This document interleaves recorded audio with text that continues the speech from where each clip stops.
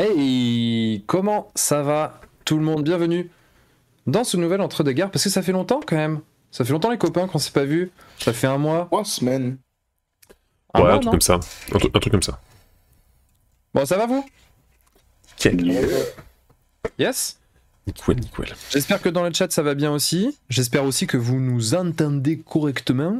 J'espère. Ce soir, on est là pour votre plus grand plaisir.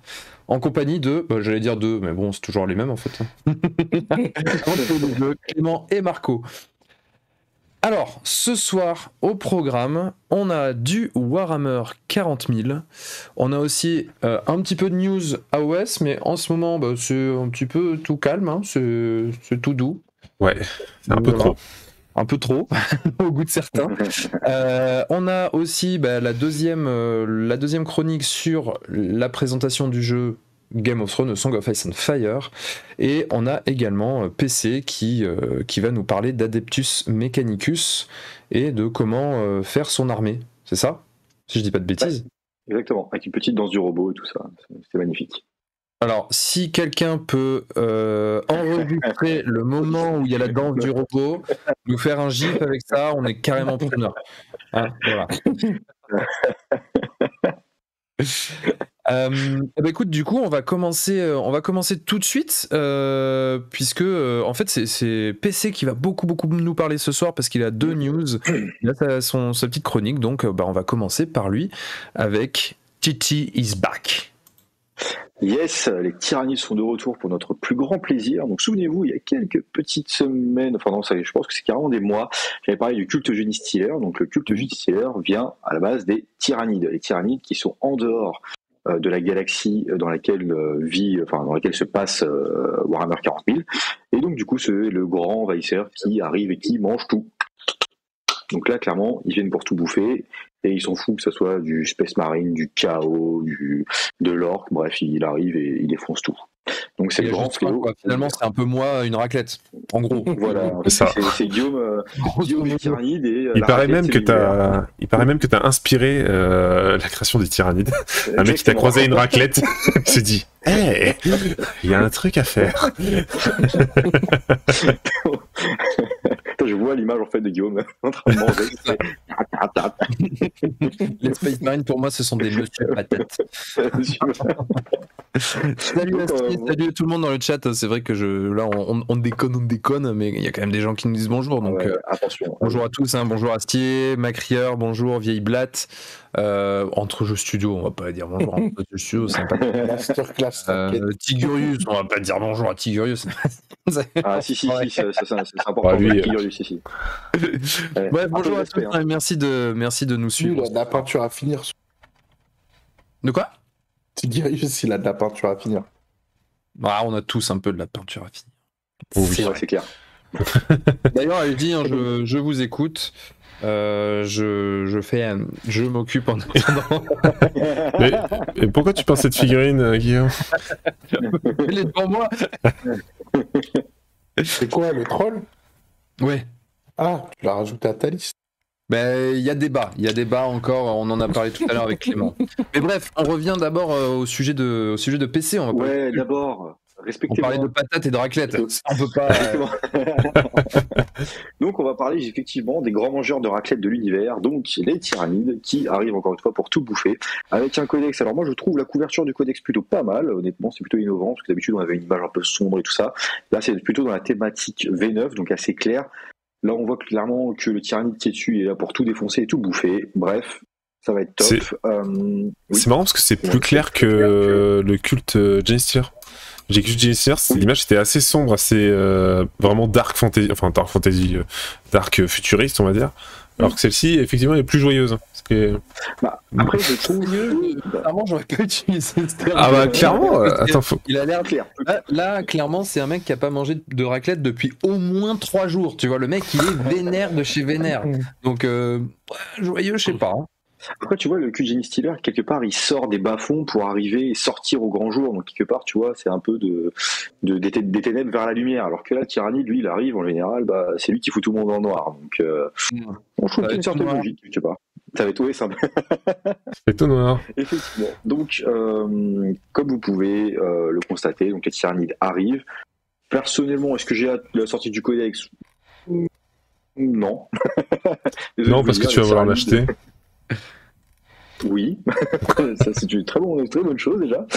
Effectivement, non, c'est parce que je sais que le Tyrannide est déjà très fort en ce moment, plutôt quand même très badass. Et je me dis qu'avec un codex qui va arriver, je pense qu'il va être encore plus badass et que du coup ça va encore tout changer dans la méta, patati patata. Donc bref, moi en tout cas, Tyrannide, voilà, j'aime bien, c'est une armée que j'aime bien affronter. Mais clairement, est-ce que j'ai une grosse hype vis-à-vis de ça? Beaucoup moins que certains autres codex. En tout cas, je trouve, si vous avez le temps, renseignez-vous un peu sur les Tyrannides, parce qu'ils ont un super fluff, parce qu'ils affrontent clairement tout le monde, et bon voilà, c'était juste pour parler un petit peu de fluff. Est-ce que tu connais bien le fluff des Tyrannides ou pas? Oula, ça dépend de la question. Parce qu'en fait, de ce que j'ai compris, là, je suis un peu de loin tout ça, et t'as eu en fait cette nouvelle figurine qui serait du coup le Parasite of Mortex. Pas du tout, ça, tu vois, cette figurine-là, je l'ai découverte. Je l'ai découverte quand il y a eu les leaks.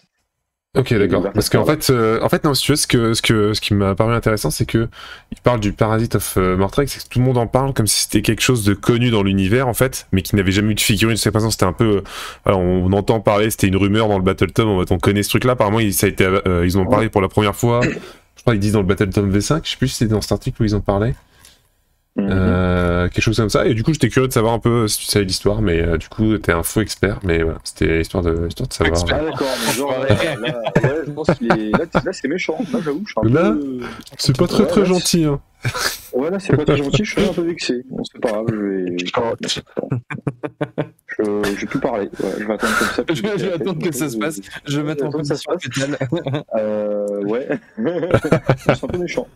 Non mais du coup, juste pour rebondir par rapport à ce que tu disais, c'est vrai que tu disais que la couverture du codex, oula, ma caméra a décidé de faire n'importe quoi, bah alors, hop, c'est pas mieux, si c'est mieux.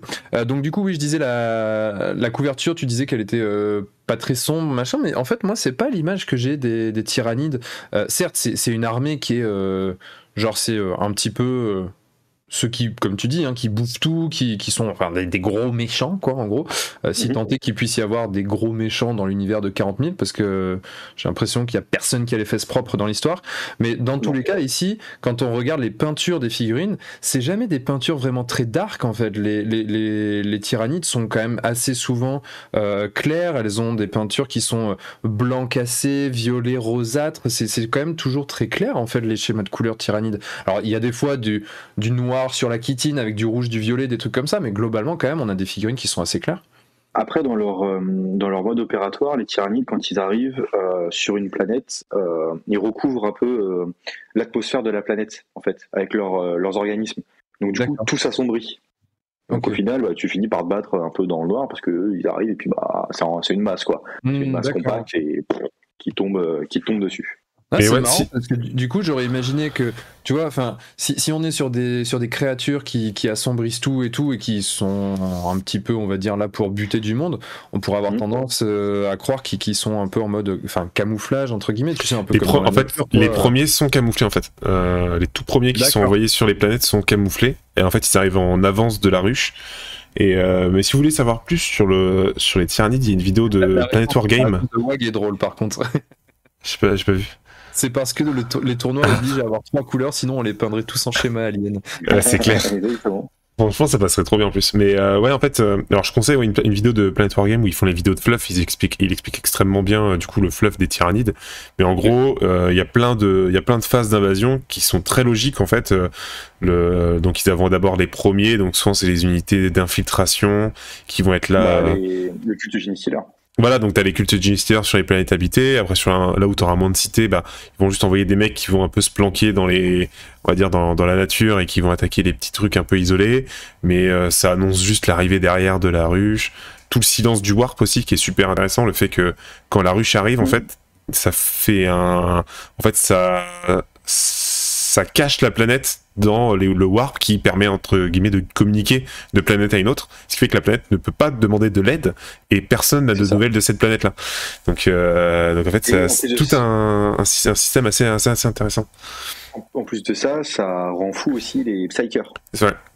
Les Psykers pètent des boulards, donc autant les Space Marines arrivent encore à s'en sortir, mais les simples Psykers humains, eux, ça part en vrille direct. Même Là, j'ai les une mêmes... question.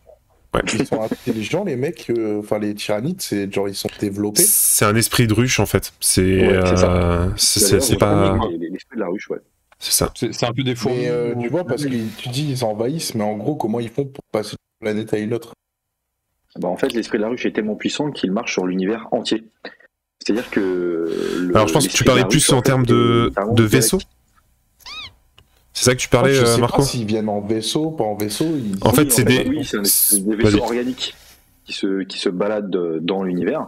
Sauf qu'en fait, ça forme carrément des vrilles sur des je sais pas, des crayons dans l'espace et ils crèvent pas, quoi.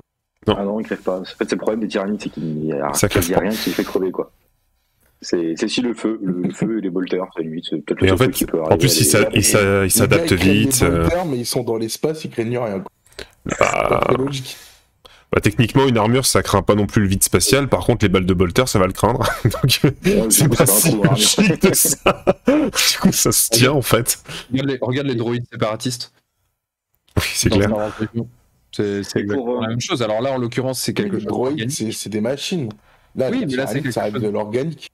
Oui, mais l'organique, en fait, dans un univers complètement sci-fi comme ça, tu peux imaginer que l'organique se développe sur autre chose que de l'oxygène. Après, justement, il y a un truc qui est assez fou chez les tyrannides, c'est que du coup, ils ont une telle faculté d'adaptation que ils sont capables, c'est dans le fluff Tau, je crois. En fait, les Tau, qui sont très forts en termes technologiques, du coup, créer des armes de tir de plus en plus puissantes. Et du coup, les tyrannides, eux, faisaient pareil. Et au final, ils voyaient que les tyrannides, étaient tellement malins et avaient tellement de créativité et du coup adaptabilité. Voilà, merci beaucoup. Ils arrivaient du coup à contrer un peu les taux et toujours à être de plus en plus forts. Donc au final, l'esprit de la ruche est tellement puissant, il n'y a quasi rien qui l'arrête, sauf la bataille d'Ultramar par exemple, ou encore les Blue Angels qui arrivent des derniers carrés à les tuer, mais voilà, ça. Ouais. Parce que les renforts arrivent. Marine, il t'en reste 5 à la fin, donc c'est. C'est juste parce que. Mais en fait, ce qu'il faut que tu te dises, Marco, c'est que grosso modo, les tyrannides, c'est que chaque être tyrannide n'a été fait que pour une fonction précise. Et en gros, ceux qui attaquent les planètes sont pas faits pour voyager dans l'espace. En fait, t'as des vaisseaux, des organismes géants qui, eux, sont faits pour être dans l'espace, qui projettent du coup ces tyrannides au travers de l'atmosphère. Qui eux vont être du coup faits pour être sur atmosphère, et en fait c'est tout un système comme ça qui s'enchaîne où t'as un tyrannide qui va en créer un qui va être fait pour une tâche particulière, et en fait ça arrive, ça bouffe tout, à la fin ça se fait bouffer par le plus gros des bestiaux et ça repart sur une fois que ça a bien pompé tout ce qui est sur la planète, t'as des espèces de gros tubes digestifs qui viennent des vaisseaux se planter dans la planète, ça absorbe tout, hop, et ça repart, ça va chercher autre chose. C'est clair, voilà. Et du coup, t'as absolument rien qui peut les arrêter. Ils font quoi? Ils partent sur une autre galaxie, parce que de base, ce que disait PC, c'est que ça vient d'une autre galaxie, et en fait, on ne sait pas si ils ont quitté une autre galaxie parce qu'ils avaient tout bouffé, ou parce qu'il y avait un prédateur plus important. On ne sait pas du coup ce qui est encore arrivé, ou s'ils sont tous là ou pas. T'as beaucoup c'est toute la peur que t'as un peu autour des tyrannides dans l'univers 40K, qui est une énorme inconnue qui fait bien flipper. Et pour une info entre guillemets fluff, t'as un humain qui a décidé, alors je crois que c'était un inquisiteur de mémoire, qui a un jour vu une flotte tyrannide arriver et qui, pour le meilleur moyen de la contrer, l'a dirigée vers un empire orc. Ah oui. Comme ça au moins, joindre l'utile et l'agréable, les orcs sont foutus sur la gueule avec les tyrannides, et puis les deux, comme ils peuvent se reproduire à vitesse grand V, au moins il était tranquille. J'ai aussi mis en lien Omni Bibliotheca, c'est là où vous avez toutes les ressources en termes de fluff sur Warhammer 40 000 et 30 000 aussi. Donc voilà, c'est quelque chose sur lequel vous pouvez aller et c'est super bien expliqué, c'est vraiment dans le détail. Donc faut pas hésiter à les lire, c'est assez sympa. Non, pour Voilà. répondre à WAG, Ton lien J'ai est fait pas une- correct par contre. j'ai fait une partie de Dawn of War, et c'était le 1, Clément, avec lequel on avait joué. Ah oui, c'était le 1. Et donc, il n'y avait pas les tyrannides dedans. Je Pas crois vu. pas, non. Non, ils étaient. Et Enfin, j'ai il y fait a une seule un. partie dans ma vie avec Clément et Tigarius. Donc, Il y a un moi, mode, j'ai fait jouer à Dawn mode, of War voilà. 2. Dernière fois, on est d'accord, c'est le real-time stratégy sur le thème 40 000, c'est ça? Exactement. Je crois que j'ai joué au 1 à une époque où je jouais encore aux jeux vidéo. où je trouvais encore le temps de le faire. Quand t'avais encore. Ok. Pas trop de figurines à peindre. C'est ça, ouais. Bah si, mais je le faisais pas. Donc, du coup... On en parle des Bretoniens. Oh, si tu veux jouer là-dessus, Marco, je pense qu'on peut jouer. Je trouve qu'il y a beaucoup À de l'époque, sel, il on va avait des essayer de Bretoniens, en redescendre. tout cas. Bon, on va essayer de redescendre un petit peu sur le sel ce soir. On va rester calme. Mais non, mais en fait, là, il y a Marco qui est en train d'essayer de comparer qui a la plus grande en termes Ah, de, c'est mort, de la je honte. Je Et là, sais très bien que je perds. là-dessus, Je sais que je perds. je m'avoue, suis serein. je m'avoue vaincu. Mais parce que moi, je cotise pour ma retraite. Oui, c'est ça, ouais. Il accumule le plastique pour le jour où il faudra le faire refondre en pétrole. Toujours moins cher. Ok, donc du coup, là on avait donc la news sur les tyrannides qui reviennent avec un nouveau BT. Enfin, un nouveau BT, un nouveau codex, puisque c'est du 40 000. Et ensuite, tu voulais aussi nous montrer une vidéo sur les space marines. Avant de la montrer, est-ce que je peux lui poser une dernière question? On l'a montré. Impossible. Du coup, là, on a parlé des tyrannides et leur but c'est de bouffer tout. Mais du coup, pourquoi ils sont assez cons, les Genestealers, pour les vénérer s'ils vont se faire bouffer au final? Mais c'est le but en fait. Oui, en fait, ils viennent des tyrannides, donc eux, leur seule mission, c'est. En fait, c'est des fous. C'est juste des fous qui sont empoisonnés. En fait, l'objectif des. En fait, le culte Genestealer pense que les tyrannides vont les sauver en arrivant.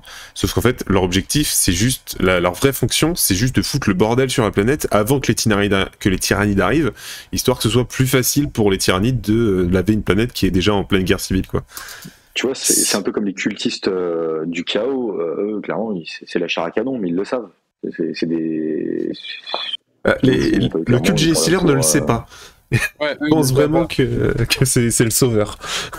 Ils se pensent élus et finalement ils sont petits lus et ils se font bouffer, quoi. Mais après, quand ils C'est sont ça. bouffés, tu vois, entre guillemets, ils courent pas, quoi. Ils restent là pour. Oui, ils sont contents. Mon maître, Ouais, C'est ça. oh, il vient me faire un bisou. Et après, il les recrée. Comment il les recrée, les cultes du Genestealer? En fait, les cultes, on avait évoqué la dernière fois, si tu veux, c'est un Genestealer Alpha qui est envoyé sur une planète. Ce sont en fait tous les tyrannides qui sont un peu infiltrés, donc t'as les Lictors et les Genestealer Alpha, qui sont envoyés parce qu'ils ont un peu des fonctions de camouflage et compagnie. Et en fait, du coup, les Genestealer Alpha infiltrent des villes et essaient d'empoisonner un humain pour qu'il ait l'ADN Genestealer. En fait, au fur et à mesure en gros, l'humain se reproduit, tac, son enfant va déjà avoir une version un peu avancée du parasite, si tu veux. Ouais. Et plus t'as les descendances, en fait, plus ils vont avoir des évolutions différentes. T'as les mecs après qui ont 3 bras, 4 bras. Après, t'as les abominations. Et en fait, t'as différentes générations qui sont comme ça. Donc ça, c'est un truc sur le long terme, quoi. Exactement. Et bon, ça voudra pas dire que. Bah, tu vois, ce qui est bizarre, c'est que ça marche tout le temps et qu'après, il est vénère, quoi. Ils pourraient se Ils rebeller, sont tu vois. programmés pour ça, en fait. Ouais, ils sont à moitié fous. C'est normal. Et ils voient ce Genestealer Alpha comme étant le prince de Il appelle le patriarche. C'est le patriarche. C'est vraiment c'est au-dessus. Et à tel point qu'ils arrivent à se camoufler, c'est qu'ils rentrent carrément dans la garde impériale. Ouais. Au final, ils s'engagent dans l'armée, donc l'armée de l'Imperium, et à la fin, quand il s'agit de défendre, finalement, le pote qui est à côté de toi, il est en train de te bouffer parce qu'il faut pas toucher à maman tyrannide. Parce qu'il était un peu trop chauve. Du coup, maintenant, il n'y a plus de chauve chez les gardes impériaux. Mais Michel, Aventurier des jeux, t'as un peu la marque là sur le front, je trouve. Ouais, une perruque. Yes. Ok, donc là du coup on passe à la deuxième news qui est donc la vidéo Space Marine qu'on n'a pas vue et qu'on découvre là en direct avec vous. Exactement, un React.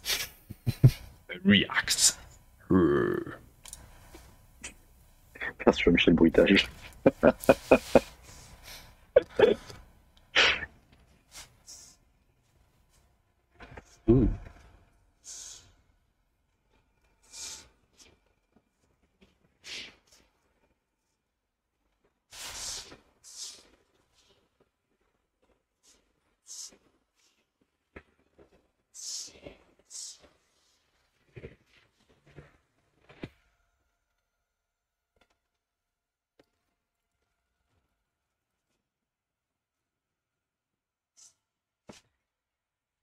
Apparemment, il n'y a pas le son de la vidéo. Alors, attendez, je regarde ça de ce pas. Le son est assez fort. Le son est assez fort. Est-ce que c'est mieux là? Est-ce que c'est mieux là? I accept these burdens as the Imperium bleeds. I accept these burdens, knowing no fear.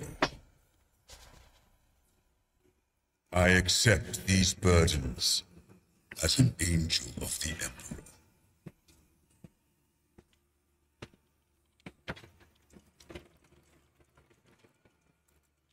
I sheathe my form in this second skin.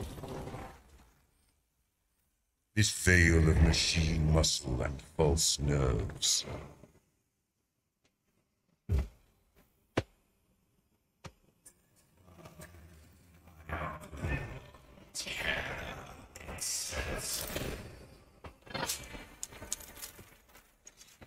I stand firm against the alien, the mutant, the heretic. I grant no mercy. I give no ground.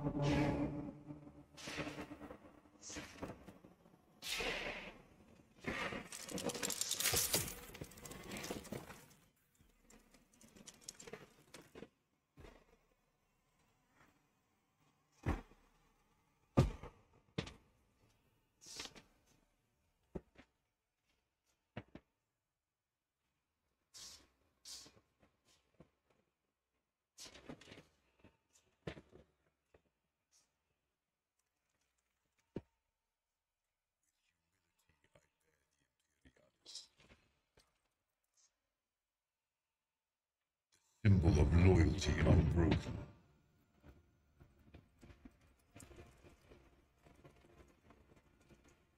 With reverence, I receive actuation,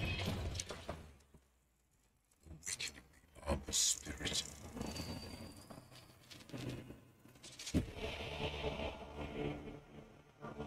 With pride, I wear the symbol of my chapter. Join my brothers in war.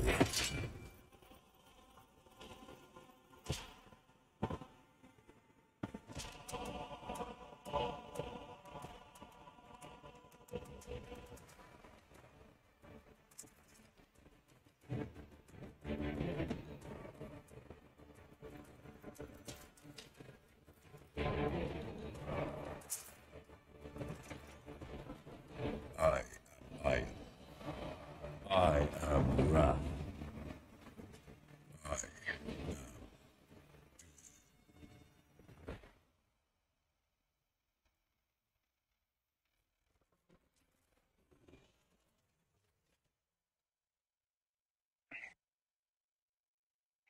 Carrément stylé. Hein. Ça envoie du bois, je trouve. Ouais, de ouf. De ouf, de ouf, de ouf. Des bébés qui volent, dit Tigurius, ouais, c'est des chérubins. Les chérubins, je cherchais le nom. Alors pour moi, les 40K, c'est... c'était plutôt. Ça se baladait plutôt avec les sœurs de bataille, non? C'est ça? T'en as aussi, bah, je crois. T'en as franchement partout dans l'Imperium. Tu peux en avoir dans l'Adeptus Mechanicus, dans Dans l'Astra Militarum, t'en as partout. Ok. Par contre, je savais pas que c'était Black Panther sous les Space Marines. On m'avait pas prévenu, moi. Ouais, c'est pour ça qu'ils sont si balèzes. C'est une armure qui fait un peu, Black Panther. Non, franchement, c'est ultra bien fait et tout. Puis t'as tout, quoi. T'as les servitors, t'as le technoprêtre, t'as les chérubins, t'as le hall où justement t'as tous les drapeaux des compagnies Space Marine et tout ça. Donc, franchement, t'as tout qui est réuni.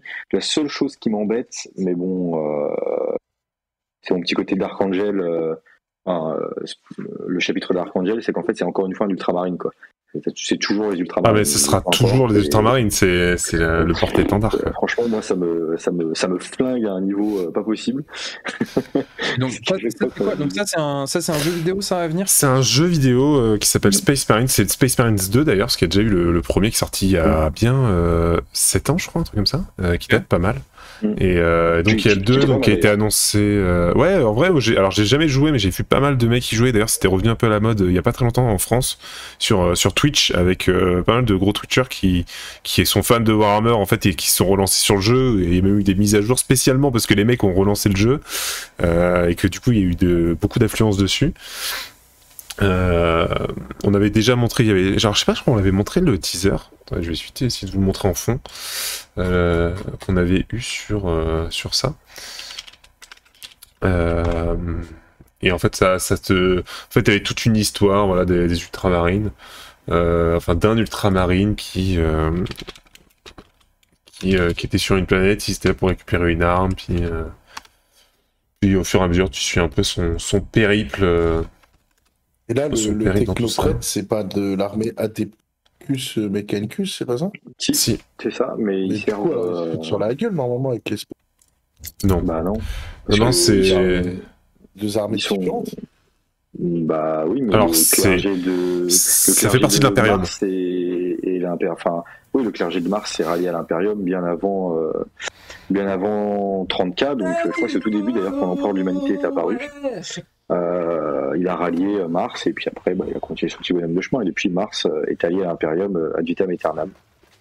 Merci à Gubrez pour le follow. Yes. Merci l'ami. Ah là c'est de l'Astra Militarium par contre. Ouais mais en fait voilà, c'était le trailer qui est sorti je crois fin d'année. Je crois la date vite fait de diffusion donc voilà où ils annonçaient un peu ce jeu en te mettant un peu en scène voilà les fameuses tyrannides qu'on parlait justement 10 secondes donc versus du Space Marines et d'ailleurs c'est assez intéressant parce que même dans cette vidéo en fait tu as un peu le point de vue comme sur la précédente de tout le culte que tu as en fait autour des Space Marines qu'on voit pas trop quand on joue au jeu que tu vois dans les bouquins etc où en fait les Space Marines c'est ultra rare. C'est pas un truc que tu vois fréquemment sur le champ de bataille quand t'es un Imperium et justement dans cette vidéo il te le montre un peu avec un des personnages, celui qu'on voit au début qui est sur le cul d'ailleurs qui ressemble à Marty McFly qui a un air de Marty McFly du futur qui voit les Space Marines et qui du moins rappelle les paroles en fait un peu de ce qu'ils apprennent avec l'Empire où il dit l'Empereur nous envoie ses anges en voyant ces mecs là dépouiller ce qui est en train de tu sais à 3 mecs qui dépouillent toute une escouade qui était en train de se faire éclater la gueule. Ouais. Et c'est vrai que ça c'est le décalage on va dire entre le fluff de Warhammer 40 000 et finalement le fait que les Space Marines soient l'armée totem en fait c'est l'armée porte-étendard de ce jeu et donc du coup on voit que ça quoi, enfin je veux dire du Space Marine tu ne vois que ça. Ouais, alors qu'en fait il n'y en a pas beaucoup en plus. Il n'y a pas cette image de en tout cas, moi, vu de l'extérieur, ne jouant pas à Warhammer 40 000, j'ai pas cette image de, on va dire, d'armée d'élite, où il va y avoir une armée constituée de très peu de personnages, ou alors, tu sais, un petit peu à l'ancienne, tu sais, en mode Warhammer Battle, quand t'avais des unités qui étaient des unités d'élite, c'était des unités dites rares, donc tu pouvais en avoir qu'une petite partie. C'était 0,2, je crois, dans ton ouais, c'est ça, ouais. Voilà, sur les Bretoniens, tu pouvais avoir une ou deux, en fonction du format, tu pouvais avoir une ou deux unités de Chevaliers du Graal, par exemple. Chevaliers de la Quête aussi. Les Chevaliers de la Quête, c'est une unité spéciale, donc tu pouvais en avoir un peu plus. Puis ensuite, tu avais les unités de base où là, tu pouvais en avoir illimité. Tu vois, tu avais ce truc-là, et là, je trouve que ça se ressent pas, en tout cas pas dans la vision que j'ai de Warhammer 40 000. Et là, on le voit vraiment, enfin là dans cette scène et dans le trailer pour le Space Marine 2, on le ressent vachement, quoi, cette ambiance qui est très focus sur le mec, où tout le monde l'entoure, tout le monde s'occupe de lui, le bichonne, le prépare, machin, avec en plus une ambiance sonore qui est très comment dire, Posé, presque absente, en fait. Il n'y a ouais. presque pas de son. On voit que on est en train de faire, on est en train de mettre en place une œuvre d'art qui est le Space Marine, et à la fin, coucou, c'est papa, quoi. Donc du coup, je trouve ça assez cool, et ça permet d'avoir une autre image du Space Marine qui, pour moi, jusqu'à présent, était un pédo. autre, quoi. Je sais pas si ça vous rappelle, pour moi, StarCraft. Oui. Je connais pas trop l'univers de Ah, StarCraft. c'est joué, ouais. Si vous avez le temps, plus tard, vous regarderez StarCraft, tu vois justement. Oui, le la vidéo, Marine est en train ah oui, je vois. de se faire habiller, donc un peu moins solennel, mais il se fait à peu près la même manière, je trouve. Donc c'est plutôt bien fait. Mais en tout cas, j'adore la bande-annonce. C'est plutôt bien foutu, carrément bien foutu même. C'était Donc, celle-ci. oui, exact. Putain, mais la régie, oh là là. La régie, T'avais le prisonnier qui débarque et qui en quelques minutes se fait. J'avance un peu parce que. Il est solide, Pépère. Ouais, c'est. il a pas enfiler des perles. Il a des muscles qui n'existent pas chez moi. Il y en a qui existent chez personne. Même. Et je trouve, par contre, dans l'abondance des Space Marines, ce qui est quand même remarquable, c'est que le mec est juste simple péon, tu vois. Il est pas sergent, il est pas lieutenant. Un simple péon, mais il se fait habiller. Ouais. Mais c'est ça qui est intéressant en fait chez Space Marines, c'est aussi un peu voilà, tout le culte que t'as autour de ces mecs qui sont même choisis avec vraiment une minutie de ouf. Les mecs sont testés, ils ont des années d'épreuves avant de pouvoir devenir des Space Marines. Et effectivement le jeu où t'en as une tétrachier sur le plateau. Parce que je crois que en gros chaque chapitre Space Marines, c'est quoi, c'est 1000 hommes max, il me semble. C'est ça. Voilà. C'est Papa Robot Gulliman après les résidus russes qui a, en créant ça, a dit attention, c'est pas plus de 1000 mecs. Et on a certains chapitres comme les Dark Angel, on fait oui, bah non. Ouais, tout le monde ne respecte pas le chapitre comme il faut. Mais grosso modo, tu te dis voilà, t'en as 1000, t'en as quoi? T'en as une cinquantaine de chapitres au total? Un truc comme ça? Enfin, alors de mémoire, je crois que t'as 1000 chapitres dans l'univers. 1000 chapitres? Avec 1000 Space Marines. Ok. Donc, ok, c'est vrai que c'était moins de chapitres que ça, mais ça t'en fait quand même pas beaucoup à l'image de l'univers, quoi. Ah bah non, non, carrément, parce que quand tu regardes par exemple l'Imperium, les régiments de l'Astra Militarum, c'est des milliards et des milliards de mecs qui se font, qui vont sur le terrain, donc qui vont se faire tuer aussi. Mais non, par contre, ouais, un Space Marine c'est ultra rare. Imaginez-vous du coup les Custodes. Oui, Custodes. Eux, il y a vraiment, c'est encore pire, tu vois. Il y a vraiment personne, quoi. Il y a 10 pélos, quoi. Il y en a C'est vraiment ce que t'as. Space Marine en tout. Bah, 1000 fois 1000. 1000 fois 1000. Voilà, à peu près. C'est ça. Donc, sachant que tu dois avoir des trilliards et des trilliards de vies dans l'univers de Warhammer 40 000. Bah, rien que quand tu vois l'Empire ou enfin l'Imperium, pardon, où en gros les gardes impériales c'est limite de la munition, quoi. Les mecs ont moins de valeur que leurs armes, quoi. C'est clair. Enfin, c'est pas presque, c'est carrément ça. Du coup, on va aller chercher le matos, mais le cadavre il va rester sur place. Le cadavre, on s'en fout, il y en a des tonnes. On n'est pas à ça près. Quand tu peux lire un peu le fleuve, parfois, t'as même quand ils rencontrent des horreurs démoniaques, ça arrive que l'Imperium dit bon bah on va exterminer la planète et les gens qui sont dessus, y compris nos gars. Trop risqué, on va pas en récupérer. Pour détruire, ça sera le plus simple. Bah, exactement. Il y a Wag qui nous dit dans le chat qu'il y avait aussi un Français qui avait fait un court-métrage live action avec un Space Marine qui se faisait mettre son arme. Oui, ouais, ça s'appelait... Non, Wag, n'hésite pas à nous le dire. Attends, je peux le retrouver. C'est Raptor quelque chose. On va laisser le chat faire quelque chose, parce que depuis tout à l'heure, ils font quand même plutôt rien. Donc genre en fait le sel ça continue mais ouais. oui, non mais je les chauffe un peu là parce que je les trouve un peu mous ce soir, tu vois. Donc là on est en mode concert. Est-ce que vous êtes chaud ce soir? Ouais. Est-ce que vous partagez des liens dans le chat? Ouais. Tu vois, il y a un moment faut y aller, quoi. C'était celle-ci, oui, j'ai retrouvé. Oh, la Ok. régie est de feu, les gars. La vieille blague qui Allez, est les grave chaud. Non, je vais avancer un peu.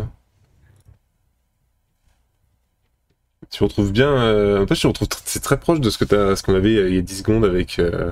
Ah ouais, Parce que c'est archi proche, carrément. Alors que là, c'était du FineMade qui date un peu, tu vois. Donc, Bah, tu le sens, l'animation elle est moins propre. Oui. C'est beaucoup dans le noir, tu vois, pour justement gommer les détails, j'imagine. Mais c'est vrai que c'est. T'as d'ailleurs, une séquence qui est similaire, quoi. D'ailleurs, c'est marrant parce que tu retrouves encore plus de similitudes entre celle-ci et celle de StarCraft qu'on a regardé tout à l'heure, où t'as l'ordi qui est en train d'analyser le mec. C'est exactement ça. Salut Ticorn, salut Tsushiro. Tsushiro d'ailleurs qui dit deuxième meilleure régie. Ah, je suis pas sûr. Je suis pas sûr. Il est en train d'essayer de m'avoir, lui. T'auras pas tes... Ne pas chercher tes trucs à la con. Ne tombe pas dans le sel, Clément, ne tombe pas dans le sel. Toujours. J'ai glissé, chef. Bon, en tout cas, voilà, on est chaud ce soir sur Entrejeux. On vous propose Beaucoup une émission d'animation. d'actualité avec des vidéos qui datent d'il y a 7 ans et demi. Ah, mais ça, par contre, c'est incroyable que ça soit fan-made, quoi. Ouais, bah, c'est c'est assez clair, balèze. C'est comme le mec qui a fait Astartes, c'est juste un truc de ouf. Astartes, c'est monstrueux. Et on en parlait avec Guillaume cette semaine, et je trouve que c'est encore plus monstrueux de voir Astartes comparé à ce que Games fait aujourd'hui sur Warhammer Plus, où t'as des trucs d'animation où vraiment c'est pas animé, c'est juste une image et t'entends du son. Et à côté de ça, t'as Astartes qui a été fait par un gars tout seul pendant. Bon, il a peut-être mis 2 ans à faire son truc, mais il l'a fait petit à petit et c'était monstrueux, quoi. Ouais, c'est fou. Hein. Et là, tu regardes, je sais pas de quand elle date cette vidéo-là, mais pareil, c'est du fan-made et c'est solide quand même. Ah bah là, hop, on va jeter un petit coup d'œil. 10 février 2021. Ah oui, donc c'est Enfin, récent. Ok.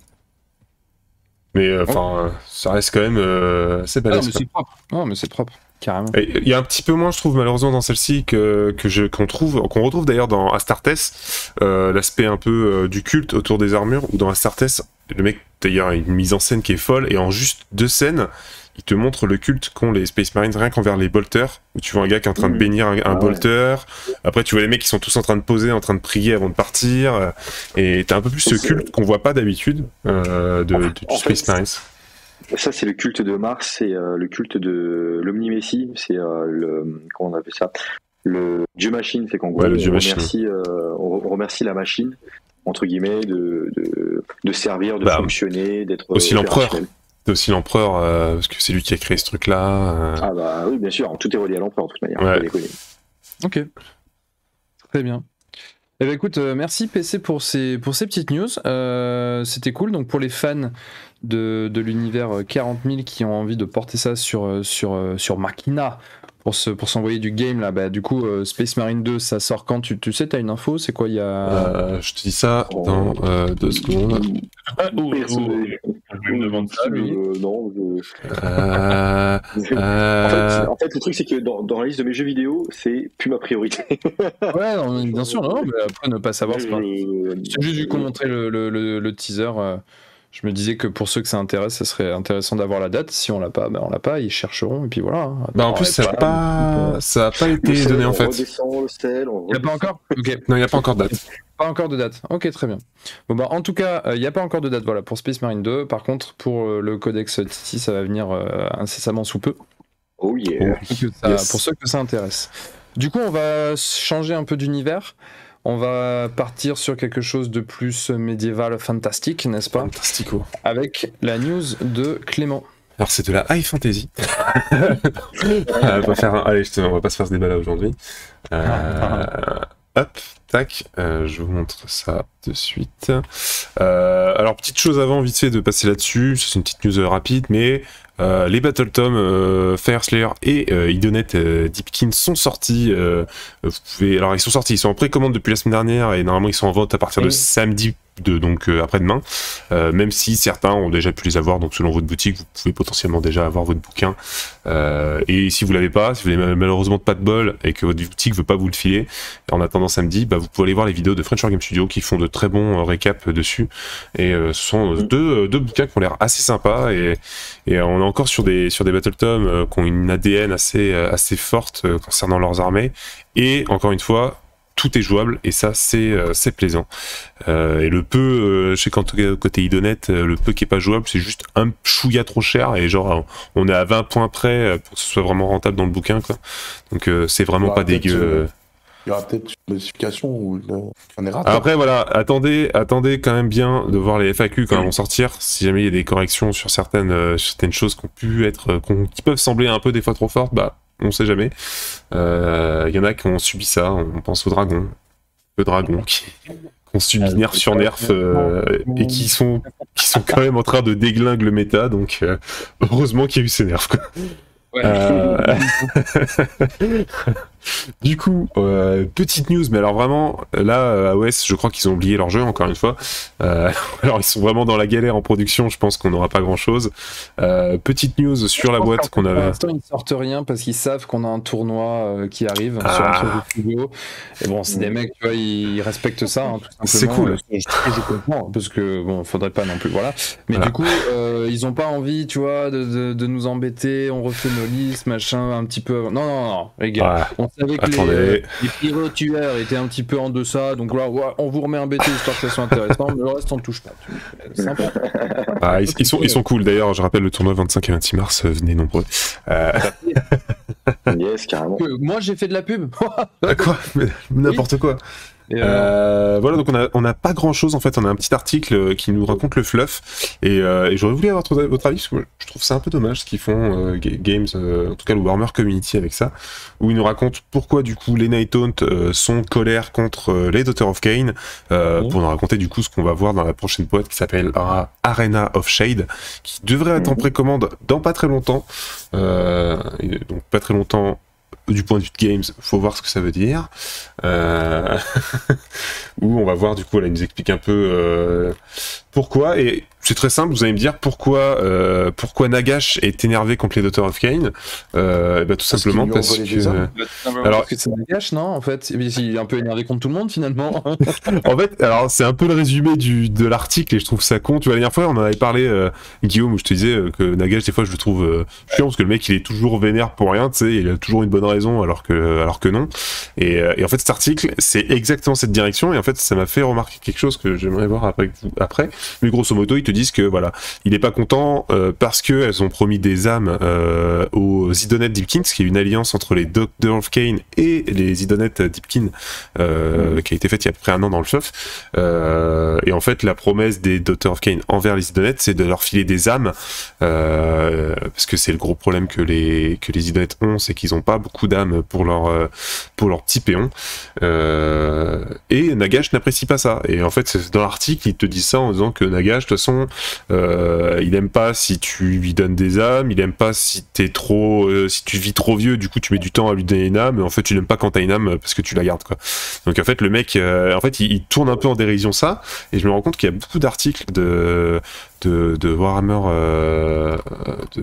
Community qui tournent en dérision en fait les personnages assez importants du fluff de Age of Sigmar, et je trouve ça dommage en fait parce que quand tu connais pas les persos, en fait tu les découvres par ces articles-là, et en fait tu te dis en fait lui il est casse-couille, tu vois, c'est juste le mec relou, et moi c'est la vision que j'ai de Nagash, alors que c'est quand même le dieu de la mort, et moi je le vois juste comme un mec qui est toujours en train de faire bou bou bou, rendez-moi mes âmes, qui sont pas forcément les siennes d'ailleurs, et c'est dommage, et je sais que t'as des fois le même point de vue concernant Sigmar, qui est considéré comme étant vraiment un teubé aux yeux de beaucoup de personnes, et la dernière fois il y a eu un article en disant est-ce que Sigmar est vraiment con ou pas, et l'article ne répond pas. Donc, ils n'ont pas su définir si ils sont un peu vraiment durs aussi. Mais tu vois, je me dis ok, tu peux tourner un peu en dérision, mais je trouve ça dommage de prendre ces gros personnages super importants et de juste les faire passer pour des cons. Tu décrédibilises totalement le fluff en fait en disant bon ouais, regardez lui là il est toujours en train de se plaindre, et je trouve ça assez bizarre. Je sais pas ce que vous en pensez. Après faut bien trouver des excuses sur la gueule. Alors, tu peux avoir des raisons sans forcément, tu vois, par exemple, le cas de Sigmar, en fait, c'est, je crois, dans le fluff, à mon avis, Teclis dit que Sigmar est un peu teubé, et depuis, tout le monde a cette image de Sigmar teubé, parce qu'en gros, il avait fait les fameux forts de l'orage. Non, c'est pas les forts de l'orage, c'est quoi? Les cryptes de l'orage, pardon. En gros, c'était des lieux où il avait enfermé tout plein d'artefacts ou de personnes dangereuses, et en gros, il y avait un appareil qui faisait disparaître ce truc-là, en fait, qui te le faisait oublier, et grosso modo, en fait, il était invisible aux yeux de tout le monde, parce que dès que tu le voyais, tu l'avais oublié instantanément. Donc en fait, t'avais des trucs comme ça, et en fait, un jour, ces appareils ont cessé de fonctionner à cause du nécroséisme, et du coup, tu t'es retrouvé à avoir des cryptes qui étaient ouvertes à tout le monde, avec des tonnes de trucs dedans, artefacts ou personnes ultra dangereuses, et tout le monde a regardé Sigmar en mode ah mec, t'es complètement con ou quoi d'avoir laissé ça là, tu sais, on te file un truc et t'en fais nawak. Et alors que en fait tu te dis bah ouais mais il avait pas d'autre solution le gars, il pouvait rien en faire d'autre, tu vois, enfin t'as plein de raisons qui peuvent justifier ça, mais non c'est en mode regardez-moi cet abruti, il a fait n'importe quoi. Et là c'est pareil en mode regardez-le lui, il fait que de boubou parce qu'il a pas des âmes.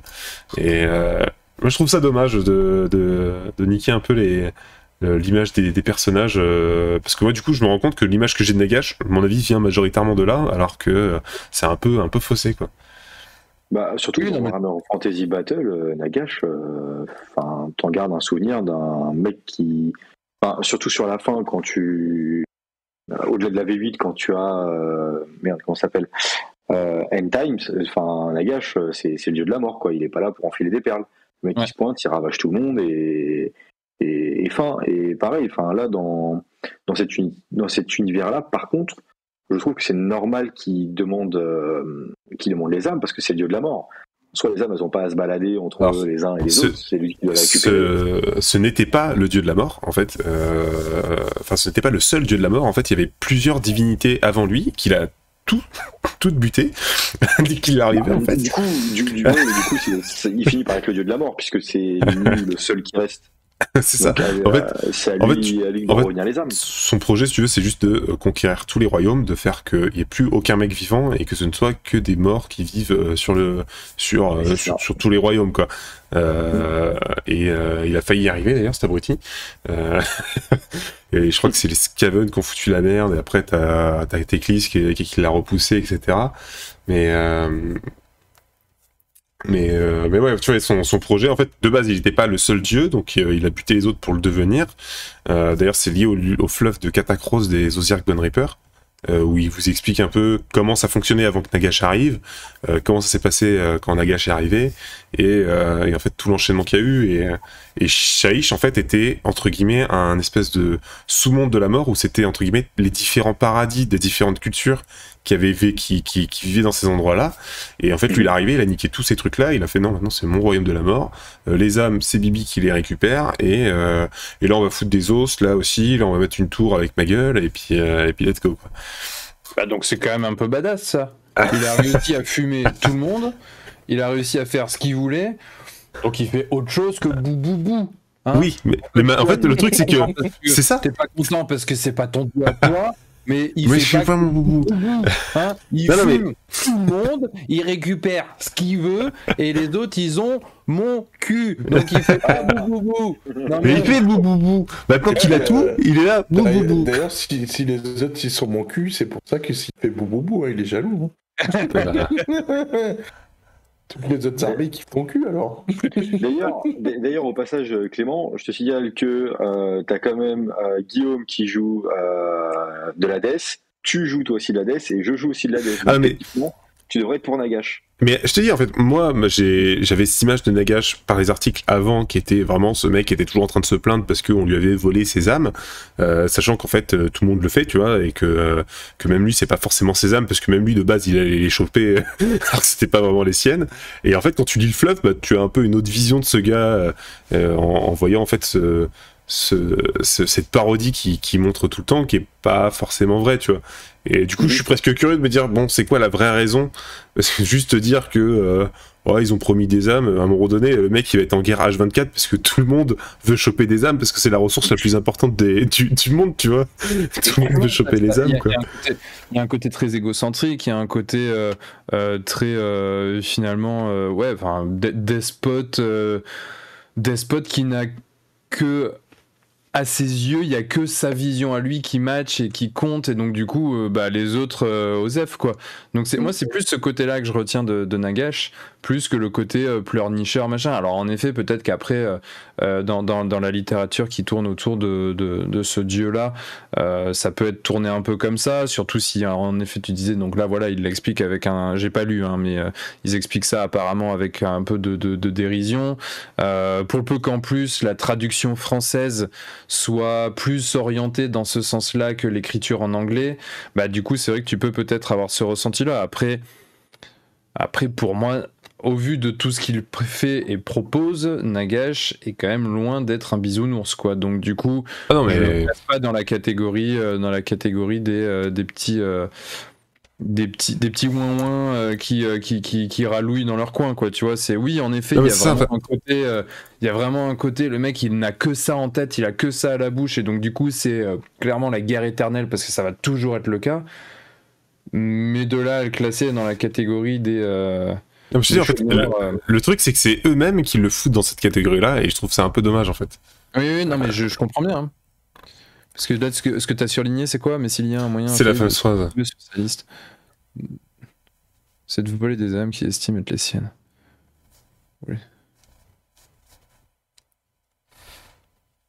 Ouais, mais là, tu vois, je pense que c'est une mauvaise traduction, en fait, tout simplement. Tu vois, rien que vous avez eu l'idée. Tu sens que c'est une mauvaise traduction. You get the idea. c'est pas forcément. Justement, quand tu dis you get the idea, ça veut plutôt dire tu comprends le principe. Ça veut pas dire ça se traduit pas par vous avez une idée. Ouais. Oh, tu comprends, c'est quand même très proche, quoi. Est-ce que, s'il te plaît, tu pourrais faire ça avec moins de sel? Encore une fois, redescends dans la solitude. Là, lui, là, monsieur diabète, il veut quoi, là? C'est pas du tout du sel, en plus. Non, c'est du C'est juste complètement pas ça. Est-ce que quelqu'un pourrait faire Guillaume, s'il vous plaît? Non, c'est juste le sel, c'est plutôt les artères. Oui, non, mais c'est ça. Ah, on a changé d'émission, on est sur de la médecine, et bienvenue sur France 5. La vie. Ok, bref, on a pas mal digressé là sur la petite news AOS. Du coup, Clément, la conclusion de ta news, là, juste pour rappel, parce que là, on s'est un peu éloigné. Nagash, il est pas content. Voilà. Ouais, ok. Nagash, pour Clément, c'est un moins. Je sais pas de quoi tu parles. Ok. Je vais te voler tes âmes. Mais c'est exactement ça. En même temps, il veut récupérer. Ça me fait penser au jeu vidéo Cuphead, tu vois. En fait, Nagash, c'est ce Devil dans Cuphead. C'est ça, Prochaine émission, Marco nous fera une présentation de Cuphead pour qu'on comprenne de quoi il s'agit. Arrête, vous connaissez. On va enchaîner. Si, non, mais ouais. On va enchaîner du coup sur... Parce que là, mine de rien, on digresse pas mal. Yes. Et on a encore quelques petites choses à voir. Notamment ma chronique, en fait, sur A Song of Ice and Fire. Jouons au jeu des trônes. Donc pour ceux qui ont déjà vu... Je sais pas pourquoi j'ai fait comme que je pars en balade. Ceux qui ont vu l'émission de la dernière fois, on avait fait une présentation, on avait dégrossi en général ce qu'est le jeu A Song of Ice and Fire. Évidemment, la première chose qu'on se pose, la question qu'on va se poser, quand on commence un jeu, c'est un petit peu comment on va faire son armée, comment on va construire sa force, parce que c'est ça qui va bien évidemment nous permettre de savoir ce qu'on va acheter. Et donc du coup, c'est ce qu'on va voir rapidement aujourd'hui. Alors je dis rapidement, c'est possible que ça prenne un petit peu plus de 15 minutes. La dernière fois, j'étais tout pile. Là, ça va peut-être prendre un petit peu plus longtemps. Donc, la première chose à savoir dans A Song of Ice and Fire, et c'est quelque chose que je trouve assez cool, c'est qu'il y a très peu de restrictions pour son armée. On a beaucoup de liberté finalement. En termes de restrictions, il va y avoir deux choses. La première, c'est ce qu'on voit sur la gauche de l'image ici, c'est les unités dites neutres. Parce que dans A Song of Ice and Fire, il y a une faction dite neutre. C'est notamment dans cette faction qu'on va avoir les Bolton, par exemple, puisque ce sont globalement ceux qui sont issus de familles importantes, mais qui se rallient à des plus grandes familles, ou en tout cas, qui vont prêter allégeance à ces familles. Parfois, contre un petit peu de caillasse, tu vois, voilà, c'est genre un peu ce qu'on pourrait appeler des mercenaires. Eh bien, dans le jeu, on a le droit d'intégrer dans son armée de la faction neutre. Quelle que soit la faction qu'on joue, on a le droit d'intégrer des personnages, des unités de faction neutre, à condition qu'on soit à moins de 50% de l'armée. C'est-à-dire que si tu intègres du neutre dans ton armée, tu peux, tant que c'est max 49%. Dès que ça dépasse les 50, hop, c'est là pour le coup, ça dépasse cette restriction, et ça n'est pas possible. Il y a une subtilité là-dedans, c'est que si tu veux jouer plus que 50% d'unités neutres, eh ben, tu peux faire une armée neutre. Donc à partir de ce moment-là, tu dois jouer uniquement des unités et des héros qui sont neutres. Ça, c'est tout à fait possible de jouer la faction neutre à part entière. Donc ça, c'est la première restriction. Bon, on est d'accord, hein, quand on peut déjà mettre 50% de son armée, c'est quand même déjà pas mal. C'est une restriction qui en est une à moitié, on va dire. La deuxième restriction, c'est ce qu'on voit sur la partie droite de l'écran, c'est les personnages nommés. On ne peut avoir évidemment qu'un seul personnage nommé, et ce, même si le personnage a plusieurs types de profils. Par exemple, on va avoir Tyrion Lannister qui va avoir un profil qui sera à la fois, il y a un profil en tout cas qui est NCU, donc unité non combattante, et un profil d'unité combattante, de personnage combattant. On ne peut pas avoir les deux dans l'armée, bien évidemment, il n'y a qu'un seul Tyrion Lannister. Ça, ce sont les deux seules restrictions qu'on va avoir dans le jeu pour construire son armée. Donc c'est quand même assez cool, ça permet pas mal de liberté. Si on veut jouer, je sais pas, si on veut spammer un type d'unité, on peut tout à fait, on peut faire que de la cavalerie, on peut faire que de l'élite, on peut faire que de l'infanterie, bref, on peut faire un petit peu ce qu'on veut. Ensuite, si on passe à la slide suivante, on va retrouver tous les types d'unités qui sont présents dans le jeu. Et ça aussi, c'est quelque chose d'assez intéressant, c'est que au final, c'est pas comme dans AOS par exemple, où on va pouvoir avoir des unités où il y aura 5 figurines, puis 10, puis 15, puis 30, puis machin. Non, là en fait, c'est tout en fonction du type d'unité. Il y a tous les types d'unités sur cette photo.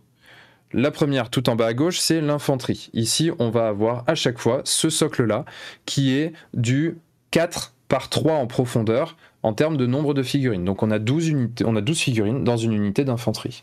On va avoir la cavalerie, où là, à chaque fois, il y aura 4 figurines dans les unités de cavalerie. On va aussi avoir les machines de guerre. Donc là, en l'occurrence, c'est ce qu'on peut voir avec la catapulte Ça, c'est de la Nightwatch.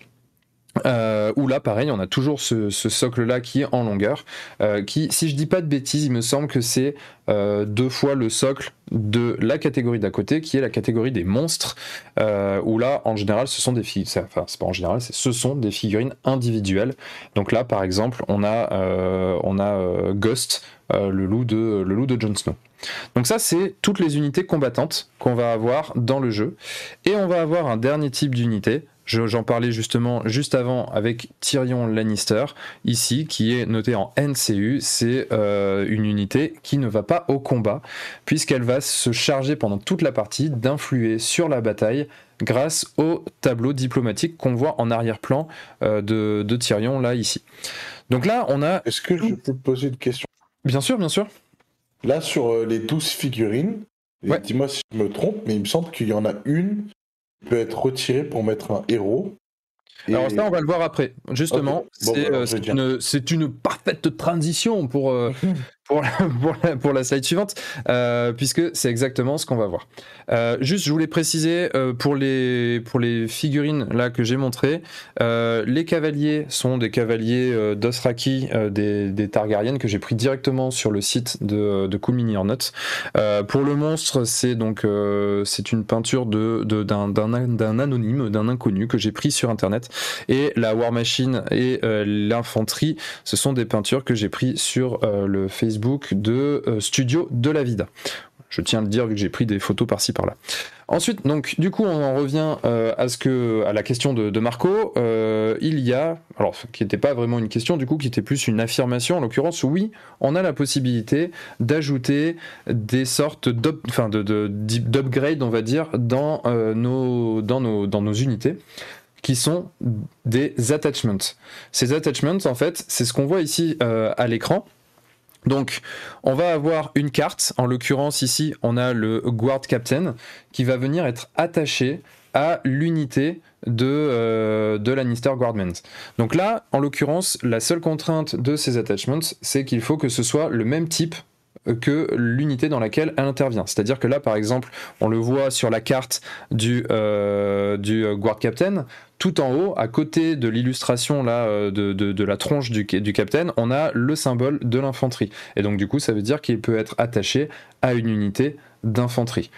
Si on veut faire un attachment en cavalerie, eh ben il va falloir avoir un mec qui est à canasson. On peut pas, par exemple, comme c'était le cas à l'époque sur Warhammer Battle, on pouvait tout à fait mettre un chef monté dans une unité d'infanterie. Simplement, il marchait au rythme de l'infanterie. Mais là, c'est pas possible. Il faut vraiment avoir la bonne unité. Et pour ça, c'est très simple.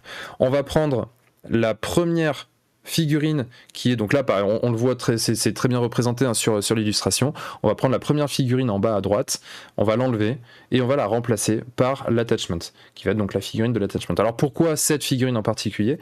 C'est parce que dans A Song of Ice and Fire, et ça on y reviendra dans d'autres chroniques quand on va parler notamment des combats, tout ça, mais en fait elle se positionne ici parce que c'est la dernière figurine qui sera retirée du socle, puisque la première figurine qui va être retirée du socle quand il va y avoir des pertes, c'est systématiquement celle qui est là sur cette image, tout en haut à gauche.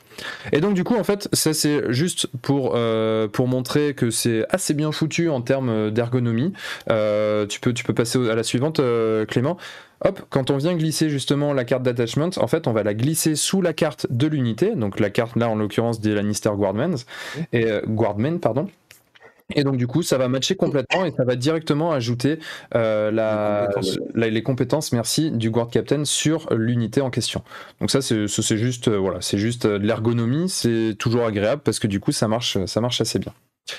Ensuite du coup une fois qu'on en est là, on peut quand même se poser la question, ok d'accord, mais est-ce qu'on a quelque chose, des outils qui vont nous aider à construire cette armée de manière plus simple? Parce que c'est vrai que là on le voit par exemple sur AOS, on passe souvent par Warscroll Builder, et bien on a aussi une application qui va nous permettre de construire notre armée plus facilement sur A Song of Ice and Fire. Donc là c'est l'image suivante, c'est l'appli War Council. Alors elle n'est pas utile que pour construire son armée, elle est aussi utile parce qu'elle a des onglets qui permettent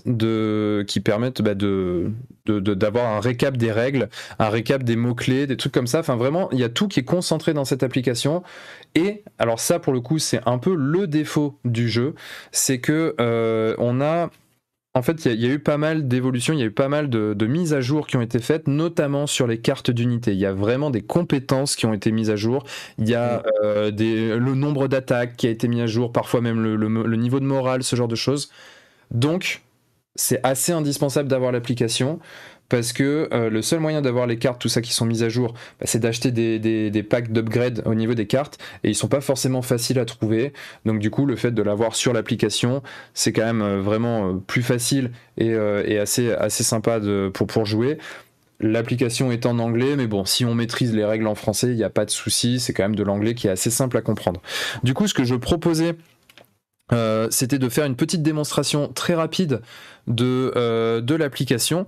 Donc là du coup je vais juste partager mon téléphone. En attendant, je peux te poser une question? Bien sûr. Là sur le truc d'avant, en fait tu as dit les héros on pouvait en mettre qu'un, que ce soit sur le plateau, enfin tu peux avoir qu'un seul héros du même nom sur ton plateau de jeu ou sur ton plateau de politique. Mais est-ce que tu peux avoir le même, tu ne peux avoir qu'une seule fois le même héros. Ma question c'est, là en fait le gars que t'as mis, c'est ok un capitaine, mais c'est un capitaine générique entre guillemets. Oui. Combien t'as le droit d'avoir de héros sur ton plateau? Tu peux en avoir tant que tu peux en payer le coup, ou t'es limité à ça? Alors là par exemple, imaginons on a 4 unités là de Lannister. Oui. Est-ce que je pourrais mettre 4 héros nommés avec les Lannister? Je suis pas limité en nombre de héros sur mon plateau de jeu.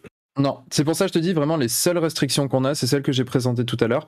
Il n'y a pas d'autres restrictions. Après, bien évidemment, ça va être une question d'équilibre pour la partie, parce que c'est quand même des personnages qui vont coûter cher, forcément. T'as que 40 points, donc 40 points, ça peut aller très vite.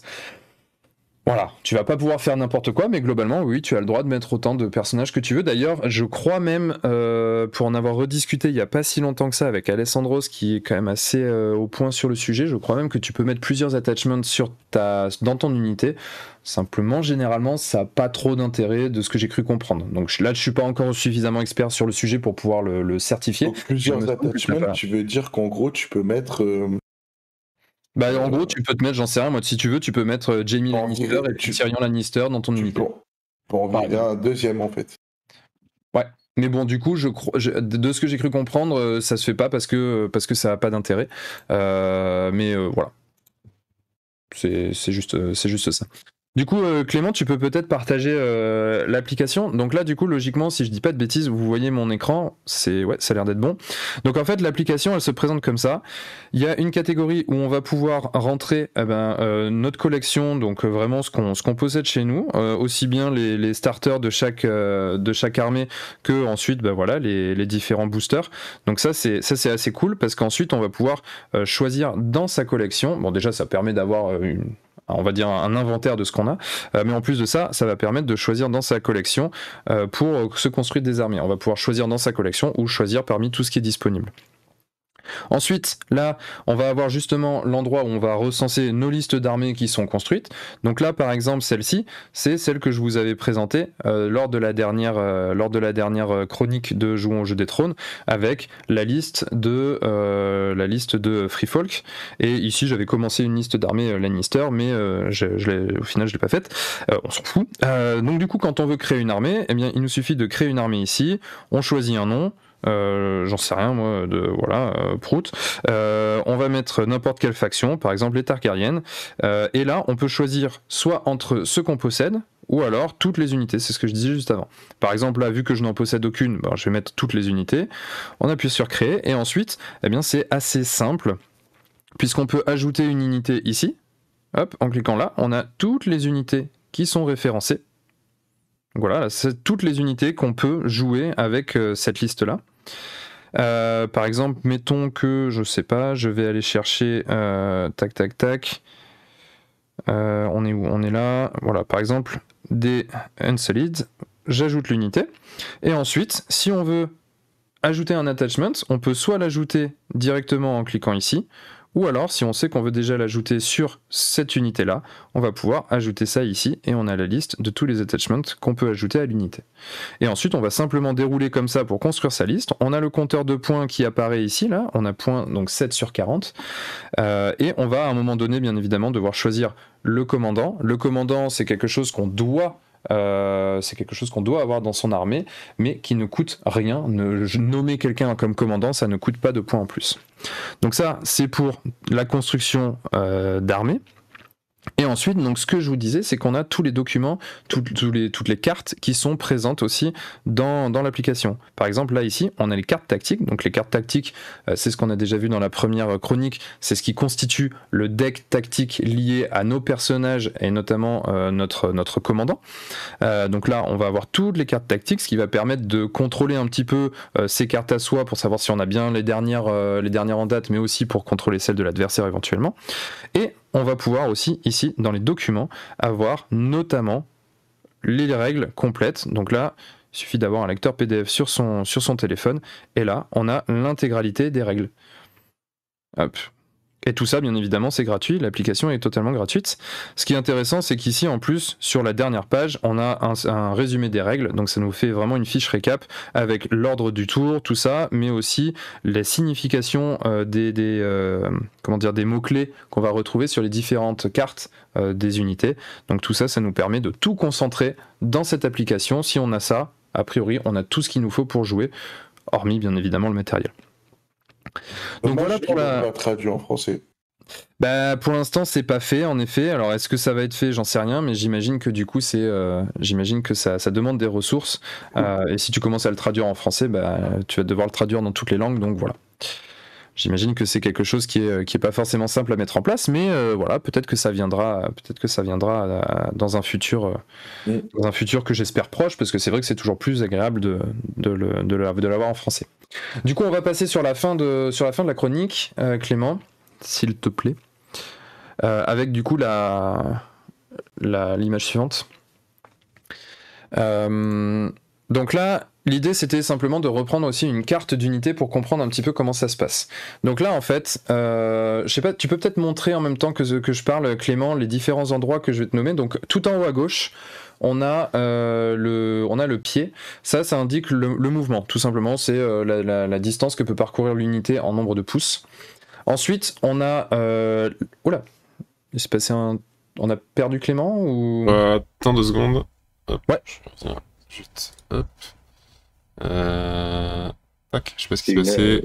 C'était une attaque des hackers russes, tu penses? Non, en fait, tu m'as demandé, de mettre le curseur. Et en fait, quand je l'ai mis, ça a tout dégagé. Attends, je regarde vite fait si c'est revenu ou pas. L'application qu'on vient d'utiliser est une application russe, donc. Ah, c'est vrai que maintenant que tu le dis. Non, mais c'est pas ça, c'est tout à l'heure, il y a eu une comparaison entre Nagash et Poutine, je pense que voilà. Tac. Ouais, il va falloir être un tout petit peu plus politiquement correct, les gars. Voilà, c'est bon, j'ai mon curseur. Donc, c'est bon, Parfait. Donc, en haut à gauche, on a le petit pied, là. Le mouvement. Du mouvement, voilà. Donc là, on peut avancer de 5 pouces. Ensuite, on a l'arme, là, qui indique l'attaque. Donc là, il y a 2 notions à prendre en compte ici. La première, c'est donc le 3+, ici en l'occurrence, ça veut dire qu'on va blesser sur 3+. On va faire une touche sur 3+. Et ensuite, je rebondis, c'est une touche ou c'est une blessure? C'est une blessure. Il n'y a pas de touche. Ouais, non, tu lances, ça passe, poum, c'est une touche. Et c'est quoi le 6 et le 4? Alors le 6 et le 4, justement, c'est le nombre de dés qu'on va lancer.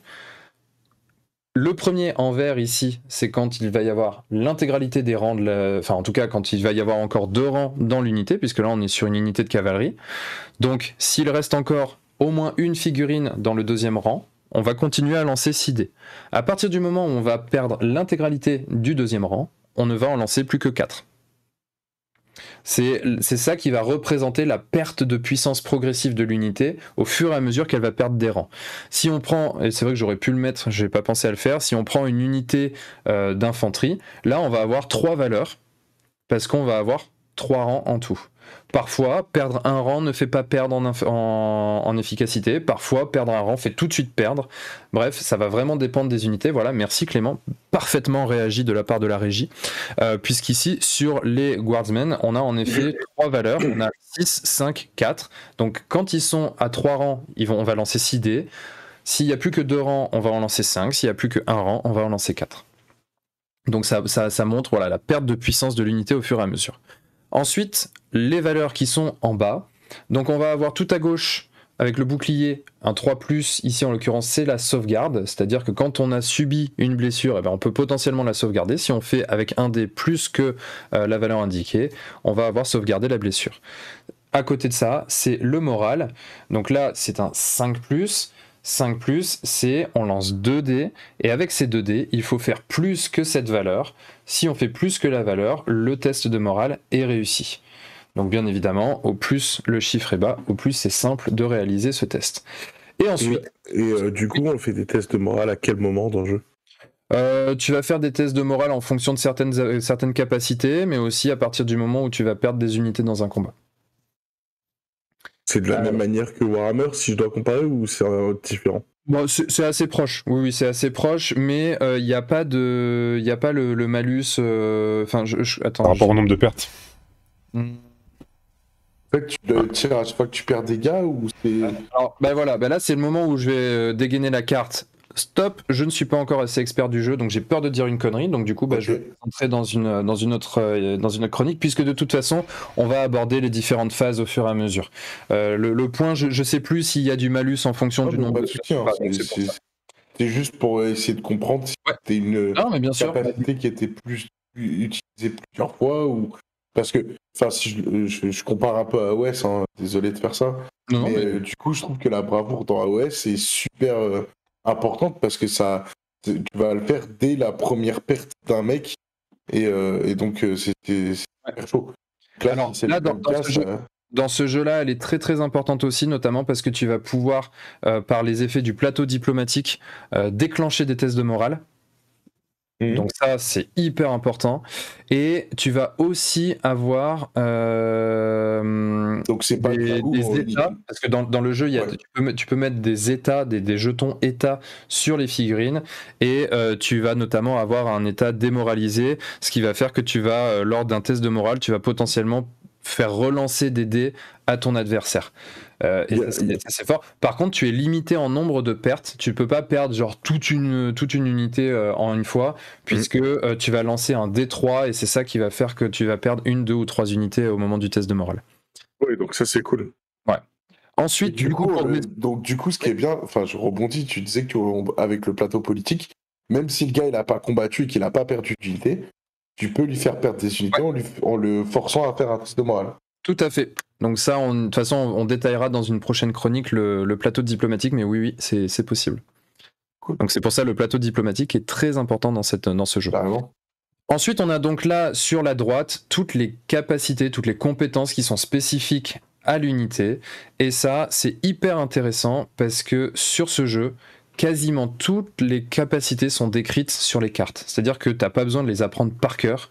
C'est quasiment toujours écrit. Et quand c'est pas écrit, du coup, c'est un mot-clé en particulier, par exemple vicieux ou sundering, ce genre de choses.